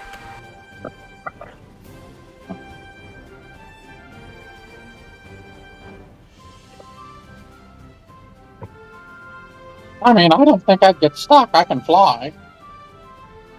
Well, stuck in the sense that it's going to take you at least a week to get back to the place that you've been referring to as the frontier.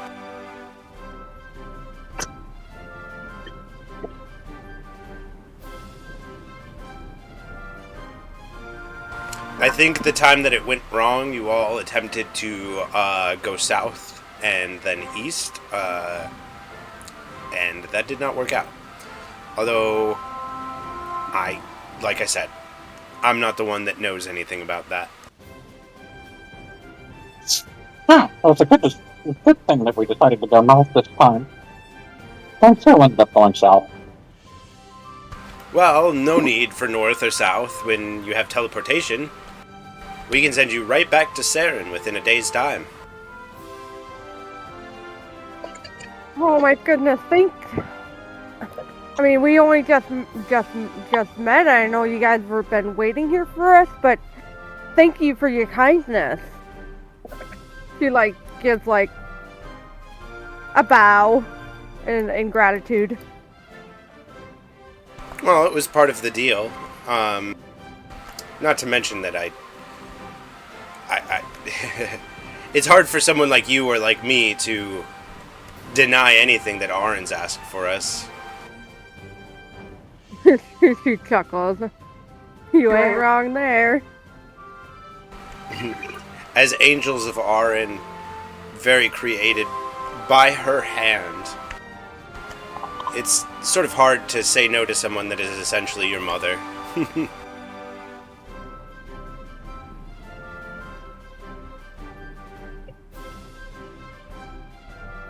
I'm sorry if I missed this before, but the Crescent tribe, are they angels like Valen? As he's saying this and you like are looking over him, he does seem to be very similar to you, where he has this angelic look to him. If he has wings, they're under his like cloak cape deal. But he like his eyes are like bright gold. His blonde hair is like otherworldly.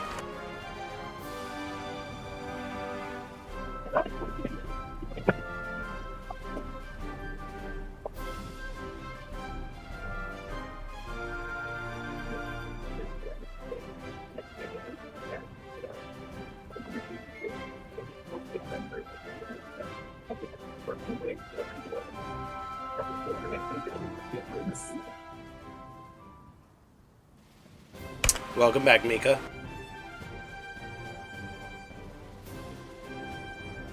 I forgot what I was gonna say next.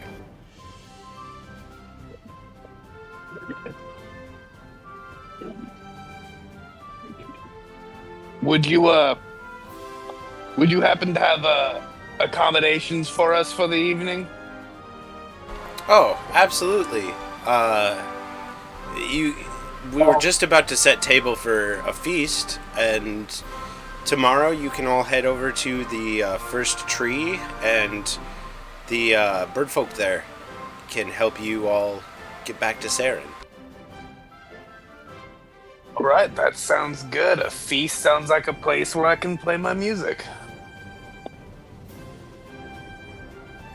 This would be a good time for me to finally try out this weed that I gathered a while ago.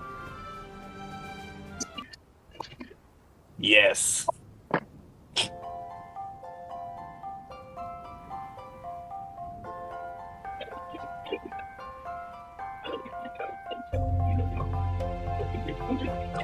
Do they have non-bread?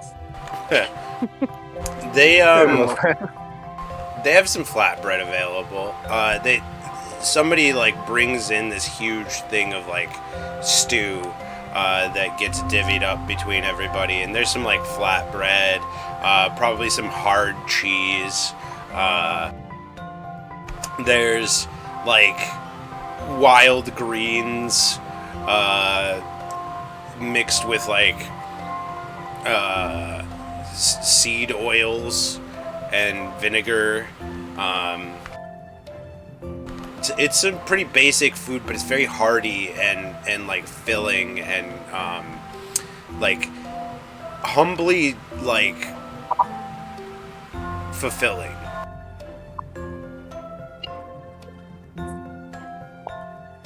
Anakord's gonna load up primarily on the greens and then get a small portion of the stew.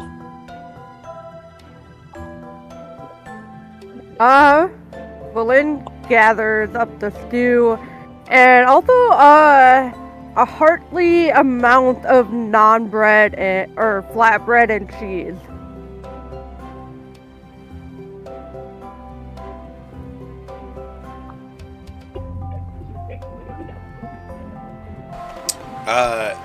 As you begin eating and starting to rest, Rald looks at the group and goes, "So, when you all arrive at Saren, what's your plan next?"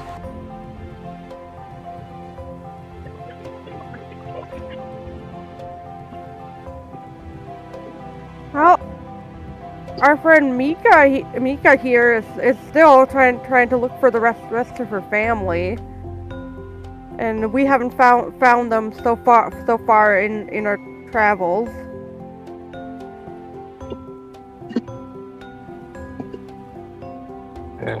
And I need to have a bit of a family conversation.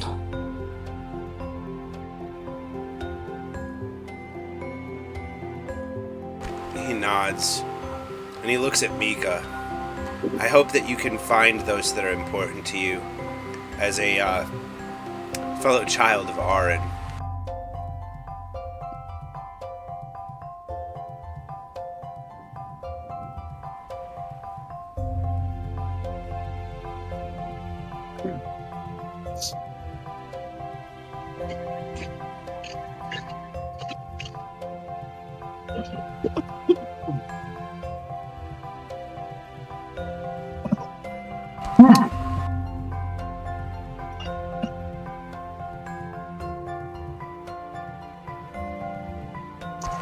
But yeah, you all enjoy a hearty meal, and you gain the benefits of a long rest.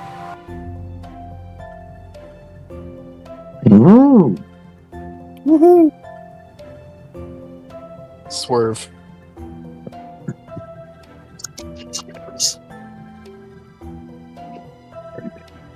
Like she pulls out she pulls out the little bag of weed and she like points at she looks at Onaker and points at it and is like, okay, we've done this before. Can you please show me the ropes? Yep.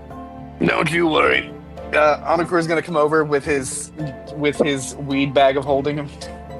He's going to come over to Valin, and we're gonna find a area. If he's anybody else in the group is willing, if you want, you can join. But we are gonna go away from the rest of the peoples, so we're gonna just kind of step out, just right outside of the village.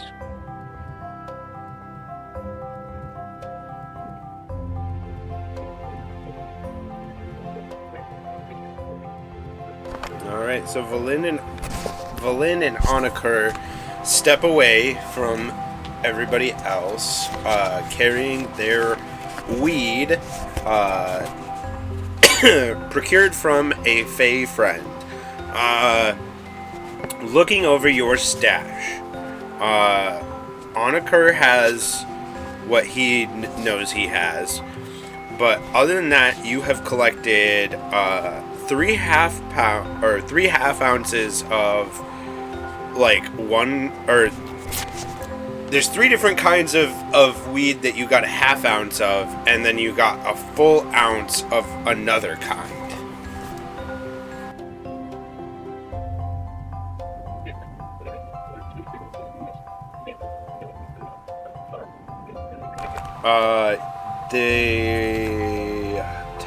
The kind that you got a full ounce of is a sativa.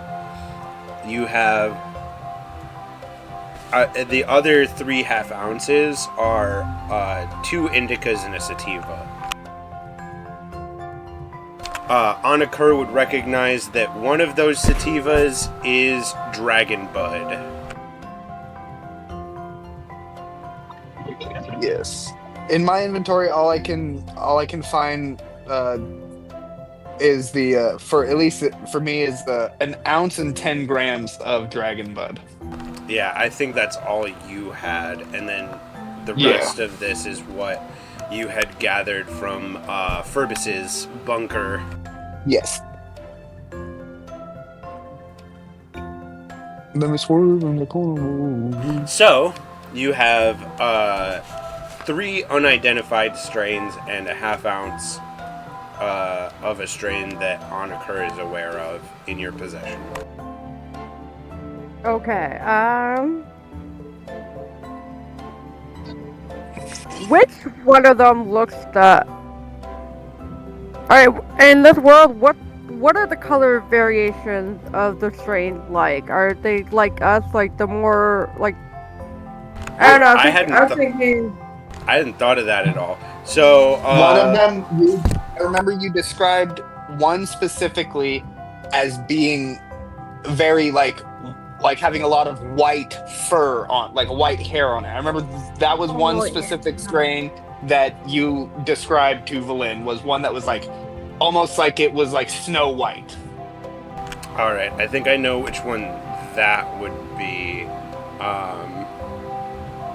So, yeah, you have a half ounce of that one that you just described.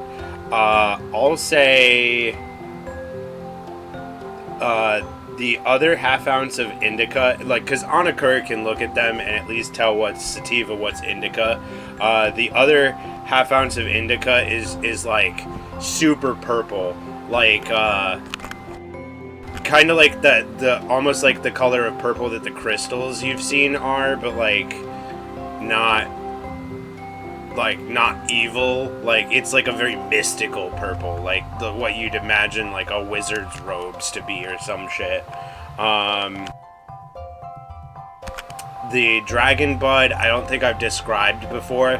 We'll say there's a lot, like, instead of having orange hairs like regular weed does, it has like dark red crimson hairs, and the THC is like a little oranger than normal, with like, it looks like it's older like THC than it actually is, but like, I don't know, like, it almost looks like it's got cinnamon sugar on it, you know? And the buds look like a dragon egg. Yeah. Like the clusters like look like scaled egg.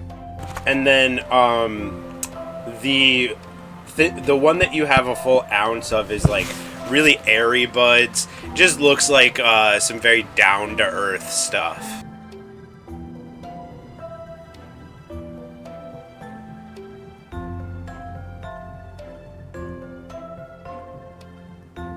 I think the one Valen is gonna try first is the one that looks like has snow on it. All right. As you all begin to consume this weed, you're doing it out of Anakura's pipe, right? You're Right on. So that's the only pipe. yeah, you guys start passing the pipe back and forth. Anybody who is partaking, go ahead and give me a Constitution save. Do I do mine at advantage since I'm used to this stuff? Sure. Alright. Although I'd say you could waive it, considering it's a new strain to you. Yeah, you know what? I'll. Yeah. Let's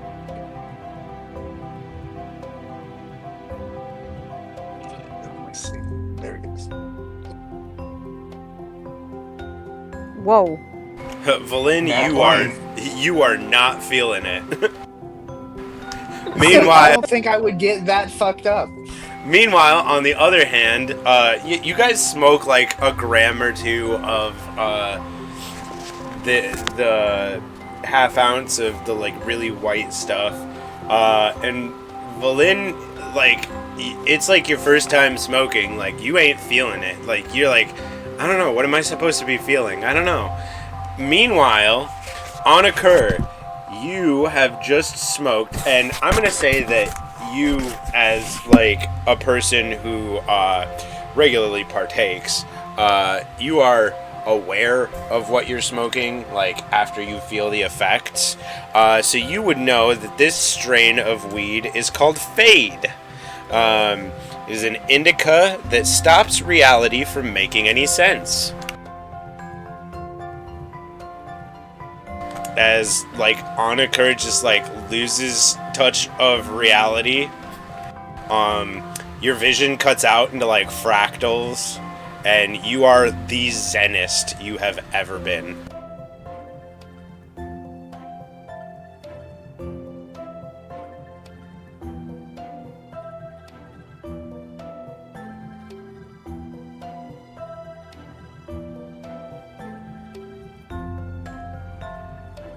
I'd like to have some.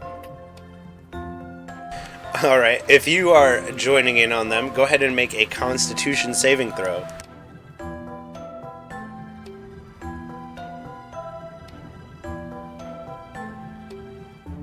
Anybody looking close enough at Anakura's eyes, like, there's almost like a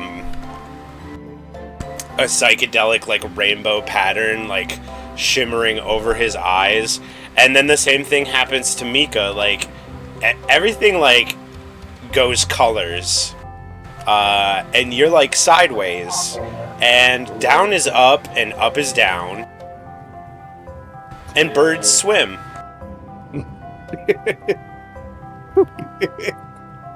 I mean, if you think about it, what is a fish to a crab if not a bird?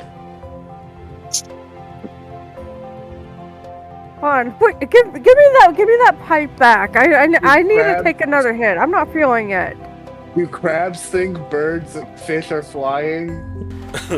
Valin packs the bowl again with another gram, and go ahead and make me another Constitution save, this time at disadvantage.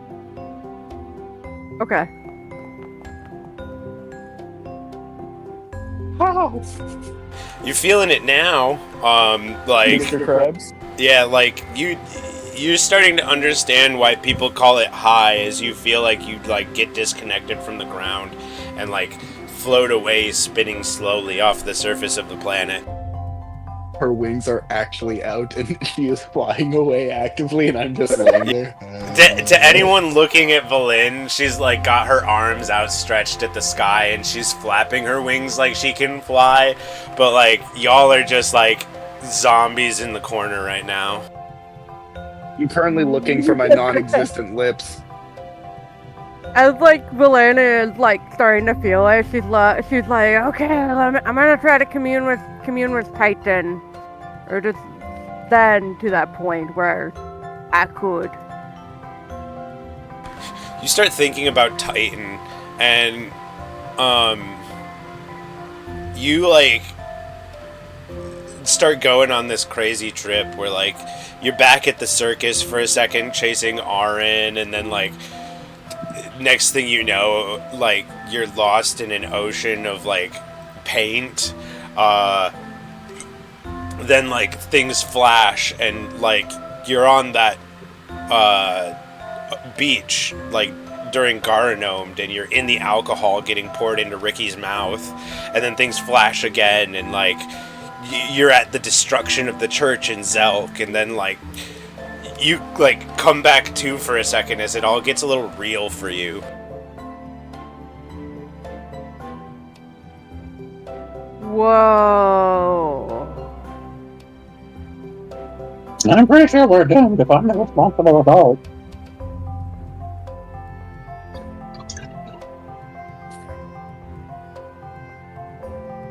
Anakor is currently staring at Mika's ears, thinking they're big eyes.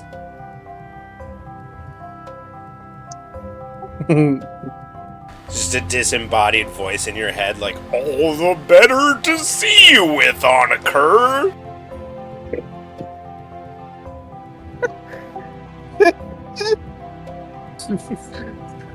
Anakor is gonna try to get up, but he's going to think that he's a snake now, and he's going to start snaking away from everyone.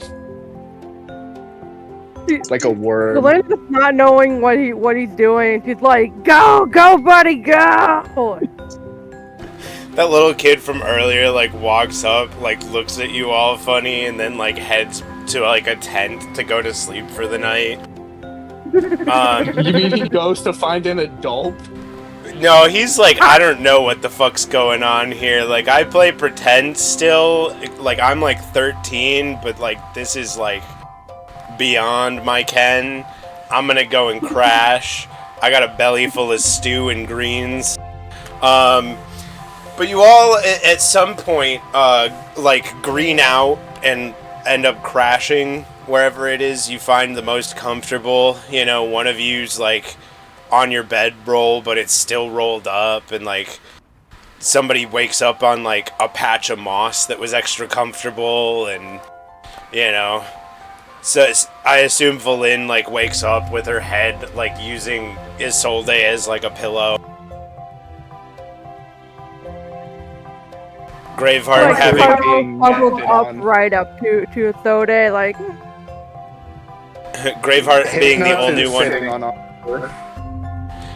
Graveheart being the only one that didn't smoke is like the only one that rested in a proper cot. The best bed you've had since Neverreach.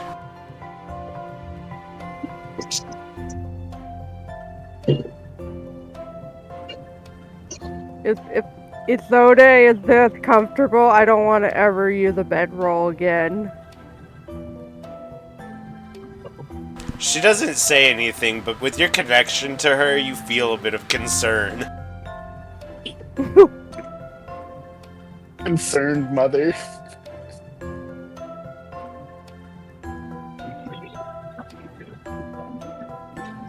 Hypnos looks at me with disappointment, and I agree. Actually, I don't think that Hypnos would. He's got an attachment to Sylph, who would be the creator of such things. So he just sees you doing druid shit in his eyes. Swerve, I've got a down bird. I also My love bird likes party. I also love that I'm essentially establishing a precedent that, like, druids in this world go hand in hand with drugs. But anyway. I mean, didn't a previous character also kind of establish that? Yeah, that's what I'm saying, is I think that we're at a point where it's like, yep, druids in this world are like druids in the real world. They were doing shrooms. Not So all Anakor of is them. Anakor is like one druidic class away from being a druid because he does the other half. You got an instrument that makes you like a pseudo druid. A shruid. Sorry, I'll see myself out.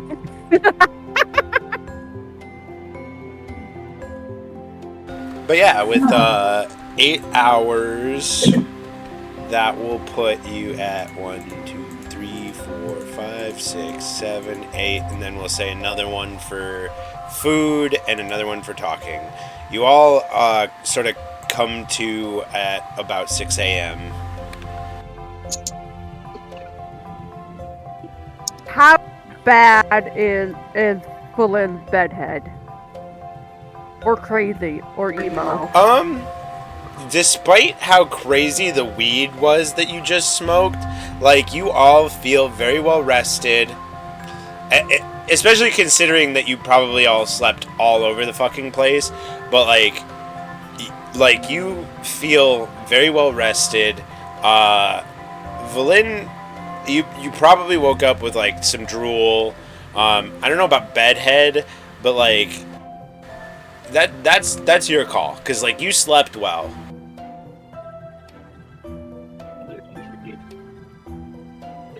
Can you imagine that her hair is a little bit messy? Because, like, her hair was, like... I'm assuming, like, there's been a couple parts during the night where her hair was rubbing up against Isode's fur, maybe kind of causing, like, a little static reaction. Yeah, you probably got a bit of static more than anything. I will say that it also was a little weird for all of you that, like, it never got dark, you know? It's always been the same light. And despite that, you do see the sun rising on the horizon. I don't know if I've ever described this before, but the way that the sun is in this world, it rises in the north and sets in the south. The moon follows a similar pattern, but in reverse.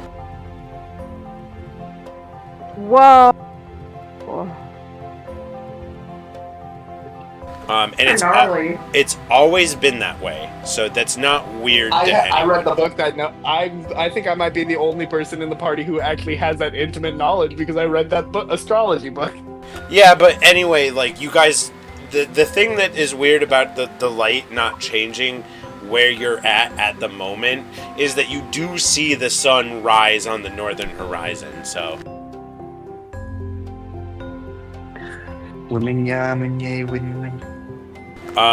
Out of game, metagame knowledge for everybody. This is because you are on a floating island, like, attached to a tower. The sun orbits around the tower. So the sun comes from the north and goes south and swings west over the next island. but the islands all share the same sun, although they have their own moons on Occur Red. The sun orbits around the big tower that the island is attached to, and Onakur, being in touch with the celestial body upon which you reside, is aware that Narth is the southeastern island. There is 4 islands. Narth is this southeast. There's a southwestern one, a northwestern one, and a northeastern island, all off of the same tower. At least that you're aware of.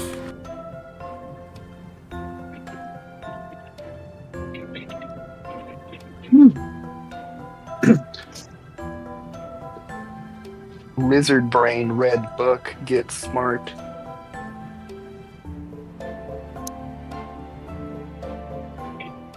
So, should we go to the big tree? The big tree? The big tree. The first tree? Yeah, that one. It's the big tree. Yeah. Why don't we make sure we say our goodbyes before we head out, and maybe they might have something else to tell us, or maybe they have something to give us on our way out. Do we need to get any supplies? Because once we leave the tree after we're done there, we're gonna have a long journey. Oh wait, no wait, they got that teleportation spell. That was silly of me. I'm sorry, guys. As you saying that, Valen. It's all good. I mean, do they have a shop around here? There's like a makeshift blacksmith station. There's not so much structure here that like it, because it's not exactly a village, but like there's enough people here, you could probably find something if there's something specific you needed to buy.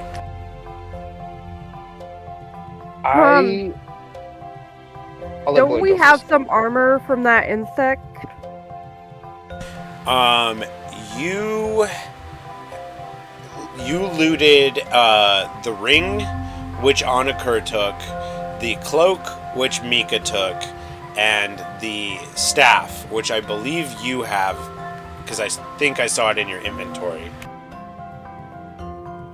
I think Belin's referring to the armor plate from the centipede we fought. Yeah. Oh, Yeah, yes. that's what I was referring to. You do have the carapace from the Remoraz. It's listed as in my inventory. I don't know if it's actually in mine or not, but yeah. Did you want to do something?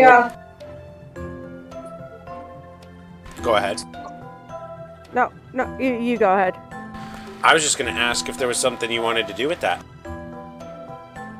Yeah, I just wanted to see if like I don't know, they can make it out into like a bracelet or earrings or something. Maybe something magical. Aren't Remoras big creatures? Oh yeah. I think that, well, I am in need of armor. At least something of protection, maybe like a chest plate or something. Maybe they could fashion the platelet into something, or I think Graveheart here also may be in need of some armor. No. Oh yeah, you're more of the light variety, right? You like hitting? Yeah, hit and run. And screaming, hit and run. Yeah, although it does seem like Graveheart could potentially use some AC, but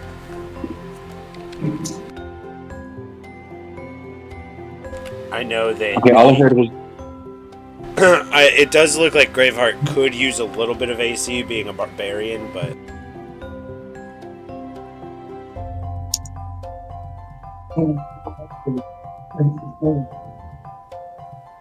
I mean, a shield. I don't think it interferes with my. Oh wait, it says I have a shield. I have a shield. yeah, I believe you have a shield. But that being said, you are a little on the lower side compared to the others because you have a 17 and Valin has 21 and Mika has 20. So like, you know, I have 14. yeah. So Doesn't take much to hit me. I will say, if you approach the blacksmith, and we'll sort of speed run this. If you approach the blacksmith with the Remora's carapace, he will tell you that he can very easily fashion this within a couple of hours into a shield. Metagame wise, that will be a +3 shield, a one-handed shield.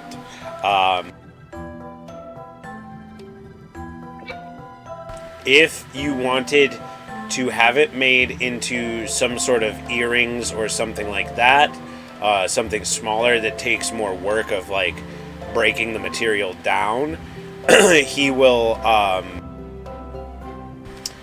have to like take a couple of days to do that. The shield.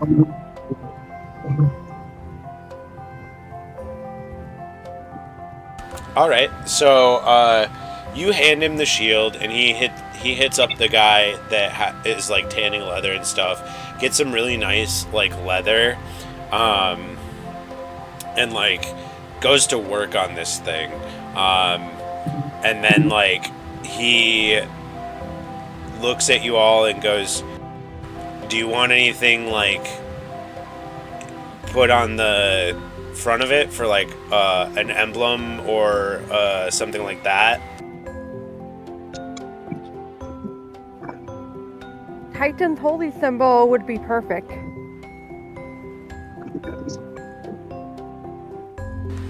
He nods. That'll be easy enough.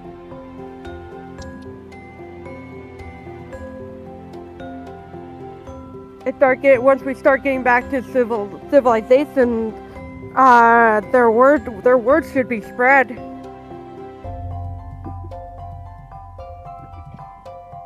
So yeah, he hammers out this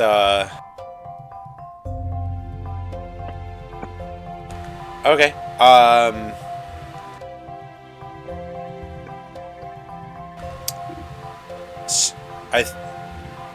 I'm not entirely sure how it works, but tool proficiency smithing, I think. Would it be jewel crafting? Jewel? If you have jewelers, that I imagine you have access to smithing tools, so I could see you doing jewelers or smithing, whichever one works.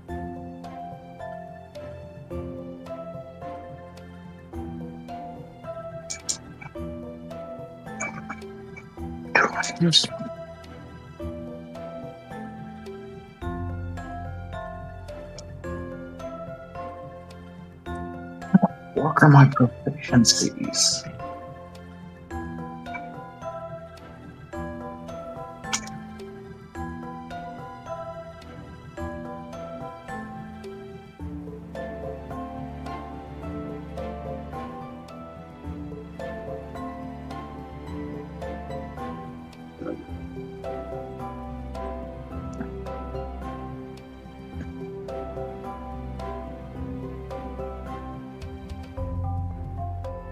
Yeah, I only have jewelers, so yeah. Roll it at. And as Graveheart works on, we'll say a necklace from that roll, the rest of you receive a +3 shield. Cool. Which you all can choose who that goes to. I will say, Graveheart, you're having access to the tools, having had the plan to make this thing, you're able to throw something together fairly easy. But there is one thing that you are lacking skill-wise in order to complete this object you're trying to craft, and that is the preservation of the hearts. Of the magic. Yes. You, as you, like, finish running this just chain through the valves of the heart, you sort of examine the heart, and you can gather that you probably have about 2 more days to find somebody to preserve this thing before it goes kaput on you. I'll look at the smith guy and go, you know anyone that can keep this thing working? I imagine that somebody over at that tree over yonder might be able to do it. Them bird folk are pretty good with the magic arts. And I'm pretty good with smacking shit. Yeah, you're certainly the weirdest bird I'd ever done seen. I grew up in a different place. I lived in the desert.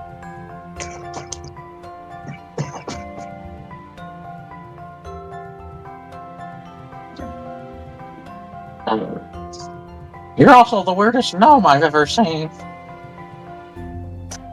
He, like, spits into a spittoon and, like, gives you the dead eye.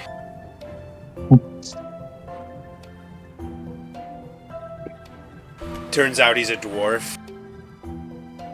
Wow. Man, you don't call a dwarf a gnome. Man. You just lost 20% respect from this person. Oh, so you're pretty normal for a dwarf then. That's on brand.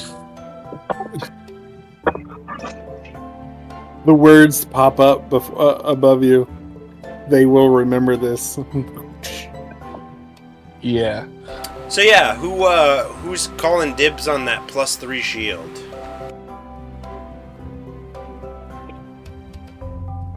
I think it would take me to an 18.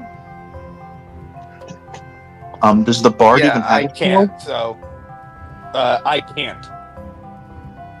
Lore bards have no ability to use shields. Oh yeah, and this isn't Pathfinder 2e where you can where everyone can use a shield, even the wizard.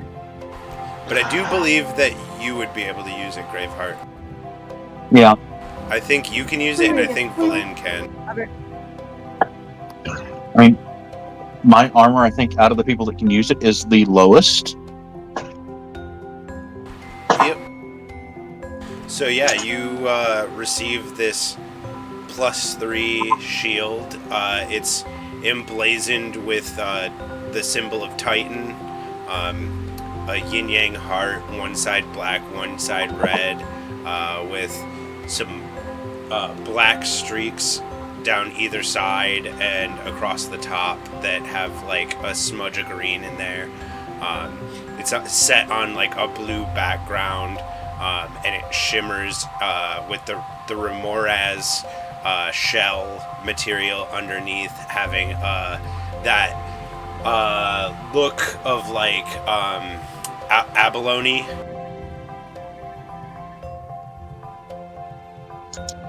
Oh yeah, the kind of oily, pearlescent colors of the shell. Yeah, like it's clearly made out of shell, but it's been like polished and shined and prepped and like looks really good. I want to take the ramshackled crown that I've had for the longest time, like that metal crown that I've had, and I want to offer it to the blacksmith as smelting fodder if he wants it for anything. That'd be great. Sorry, go ahead. was going to say, and I will apologetically offer the shield I already have to him. Appreciate it. Wasn't looking for payment, but that works for me. Flynn looks over to Graveheart. Oh my god, I am so sorry. I just realized you don't worship Titan and this. I'm really sorry, sir. I mean, Vendane's kind of in love with half of him. Are you sure? Sorry, I just feel like I was so insensitive to you. It's all right. The blacksmith gives you both a big smile and goes, I imagine that given enough time, you'll both be associated with Titan and the things that he's doing for the rest of history, you know? All of you. I mean, your own god, of course, as well, too, but amongst our people, you were referred to as the Titan Sent Saints.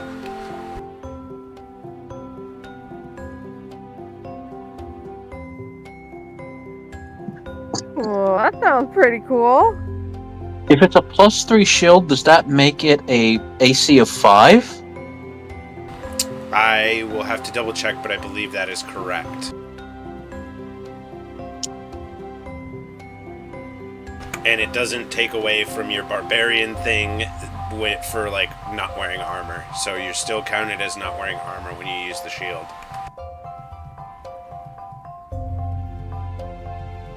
Okay, and it's just a really cool-looking shield with extra armor level.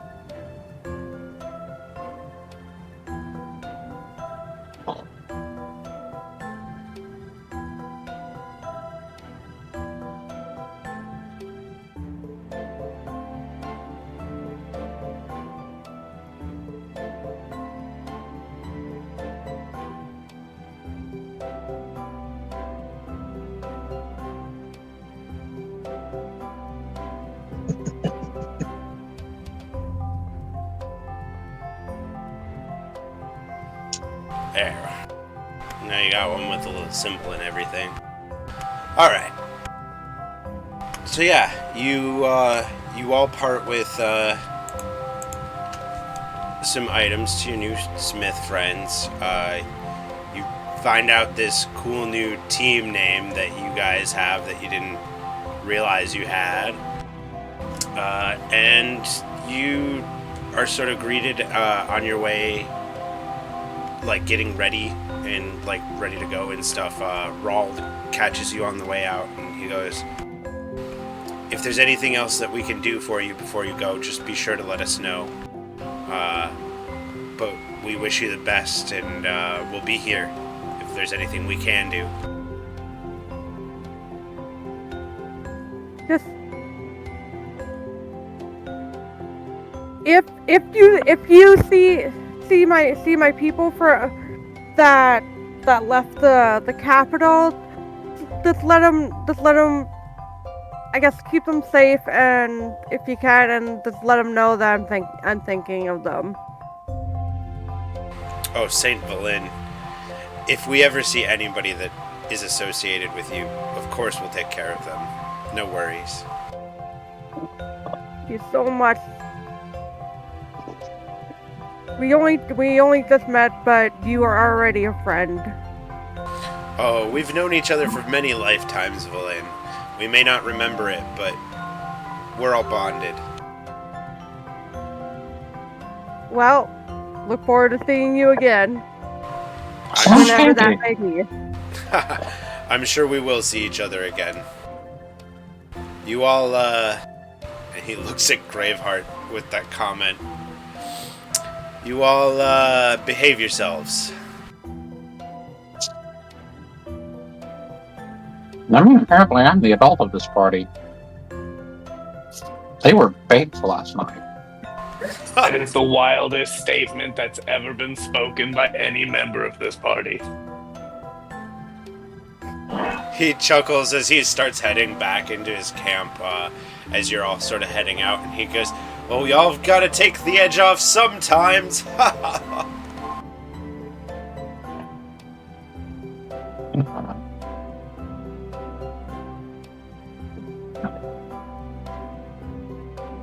There, to the tree. To the tree. To the tree. The party collects. No, I want Hamilton there. The party collects themselves. You get on your various mounts and take wing and such, and you make your way to the southwest. As you traverse the forest, you find that the land here is sort of tiered. In a similar fashion to around Handfall and such, where like it looks like something impacted the ground a long time ago. And as you get closer and closer to this big tree, you eventually spot what that is. In the roots of the tree, there is a giant bird, made out of stone. Just like, this thing's probably about as big across as like half the desert. It is giant.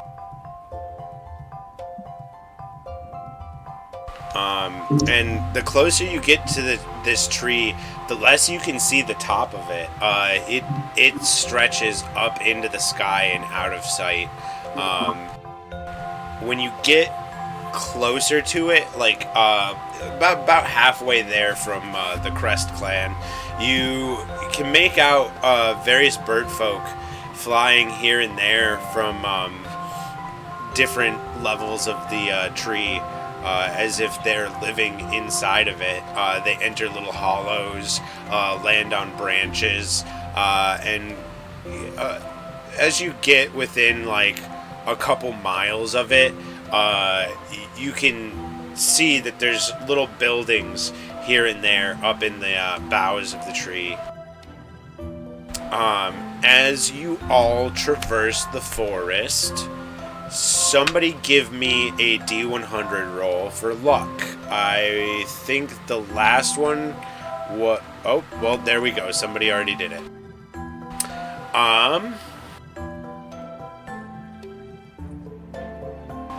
You are within like a half mile of like getting to like the first point that you could touch this tree, when this big beefy falcon guy lands in front of you all, and he eyes you down and he goes,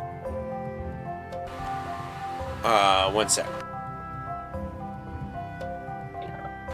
That was a good insight. He looks at you all and he goes, you the portal people?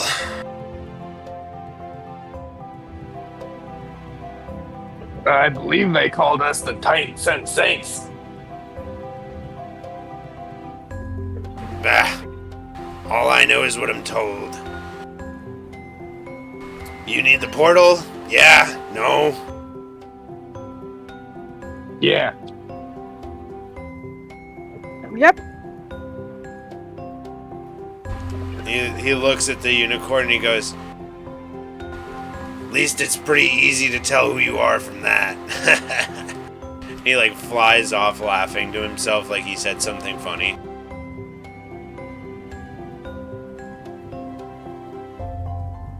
The beginning.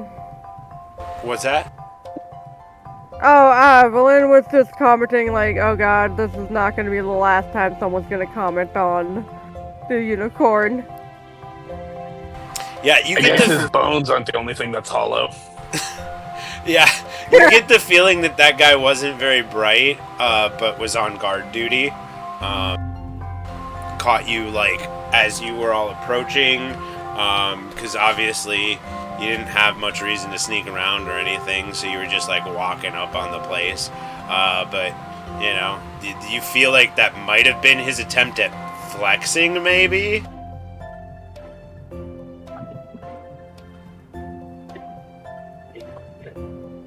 Oh man, it's Johnny Birdo.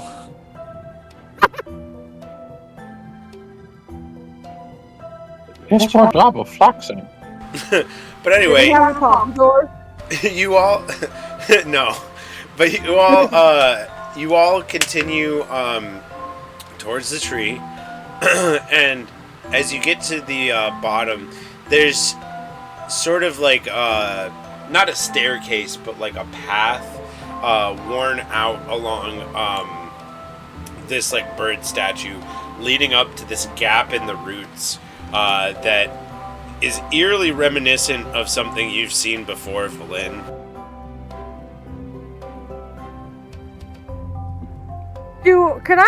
Can Valin make an insight check to see what it reminds herself of? Yeah, history, religion, or yeah, either of those. Alright, just before that. Alright, history, or religion.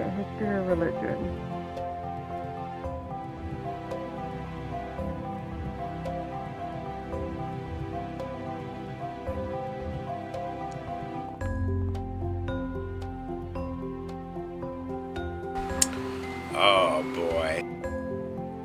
Okay, so you like neurons are fucking connecting. You're looking at this, and you remember the Gnome Grotto.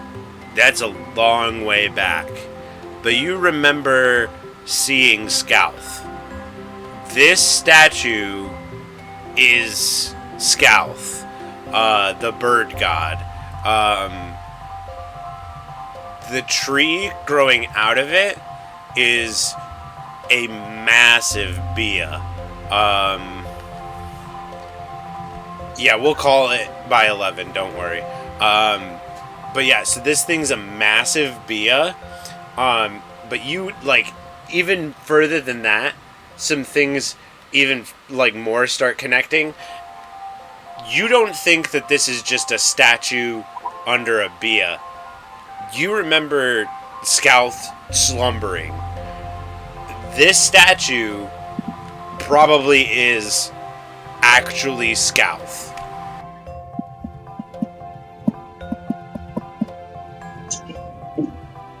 Alright, everyone, make sure you hold great respect for. I believe this is the God Scout themselves. This is not just some random statue.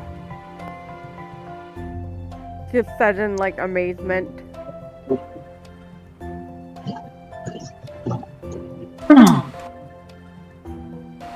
I don't recall our god, the god of my people being a giant statue. Or stone. Yeah, Graveheart would be pretty well acquainted with stories of Scalth. That she once ruled over the desert that you lived in, and if her power was restored to the desert, your people would be like ushered into a heaven unlike any other, or something like that. You know that your people like have like attempted to commune with her for a long time, but haven't heard anything back. There's like talks amongst some people that she was dead or something, but like like being here in the presence of this thing, like you feel a connection to it, like just being of a race like created by this god, like you feel like on some level like this is your people's home.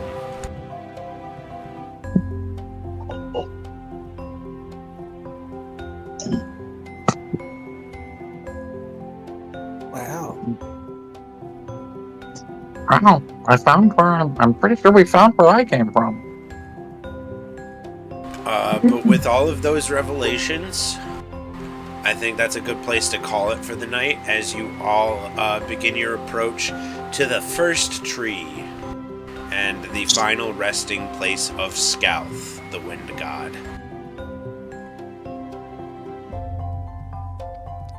Dang. Oh my god, this session was good! Yes, it was. Yeah. Oh, yeah. Something else.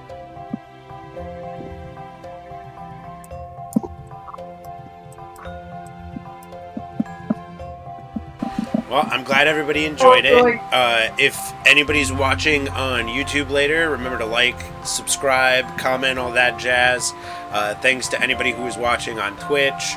Until we see you next time, have a good one. Good night, stream!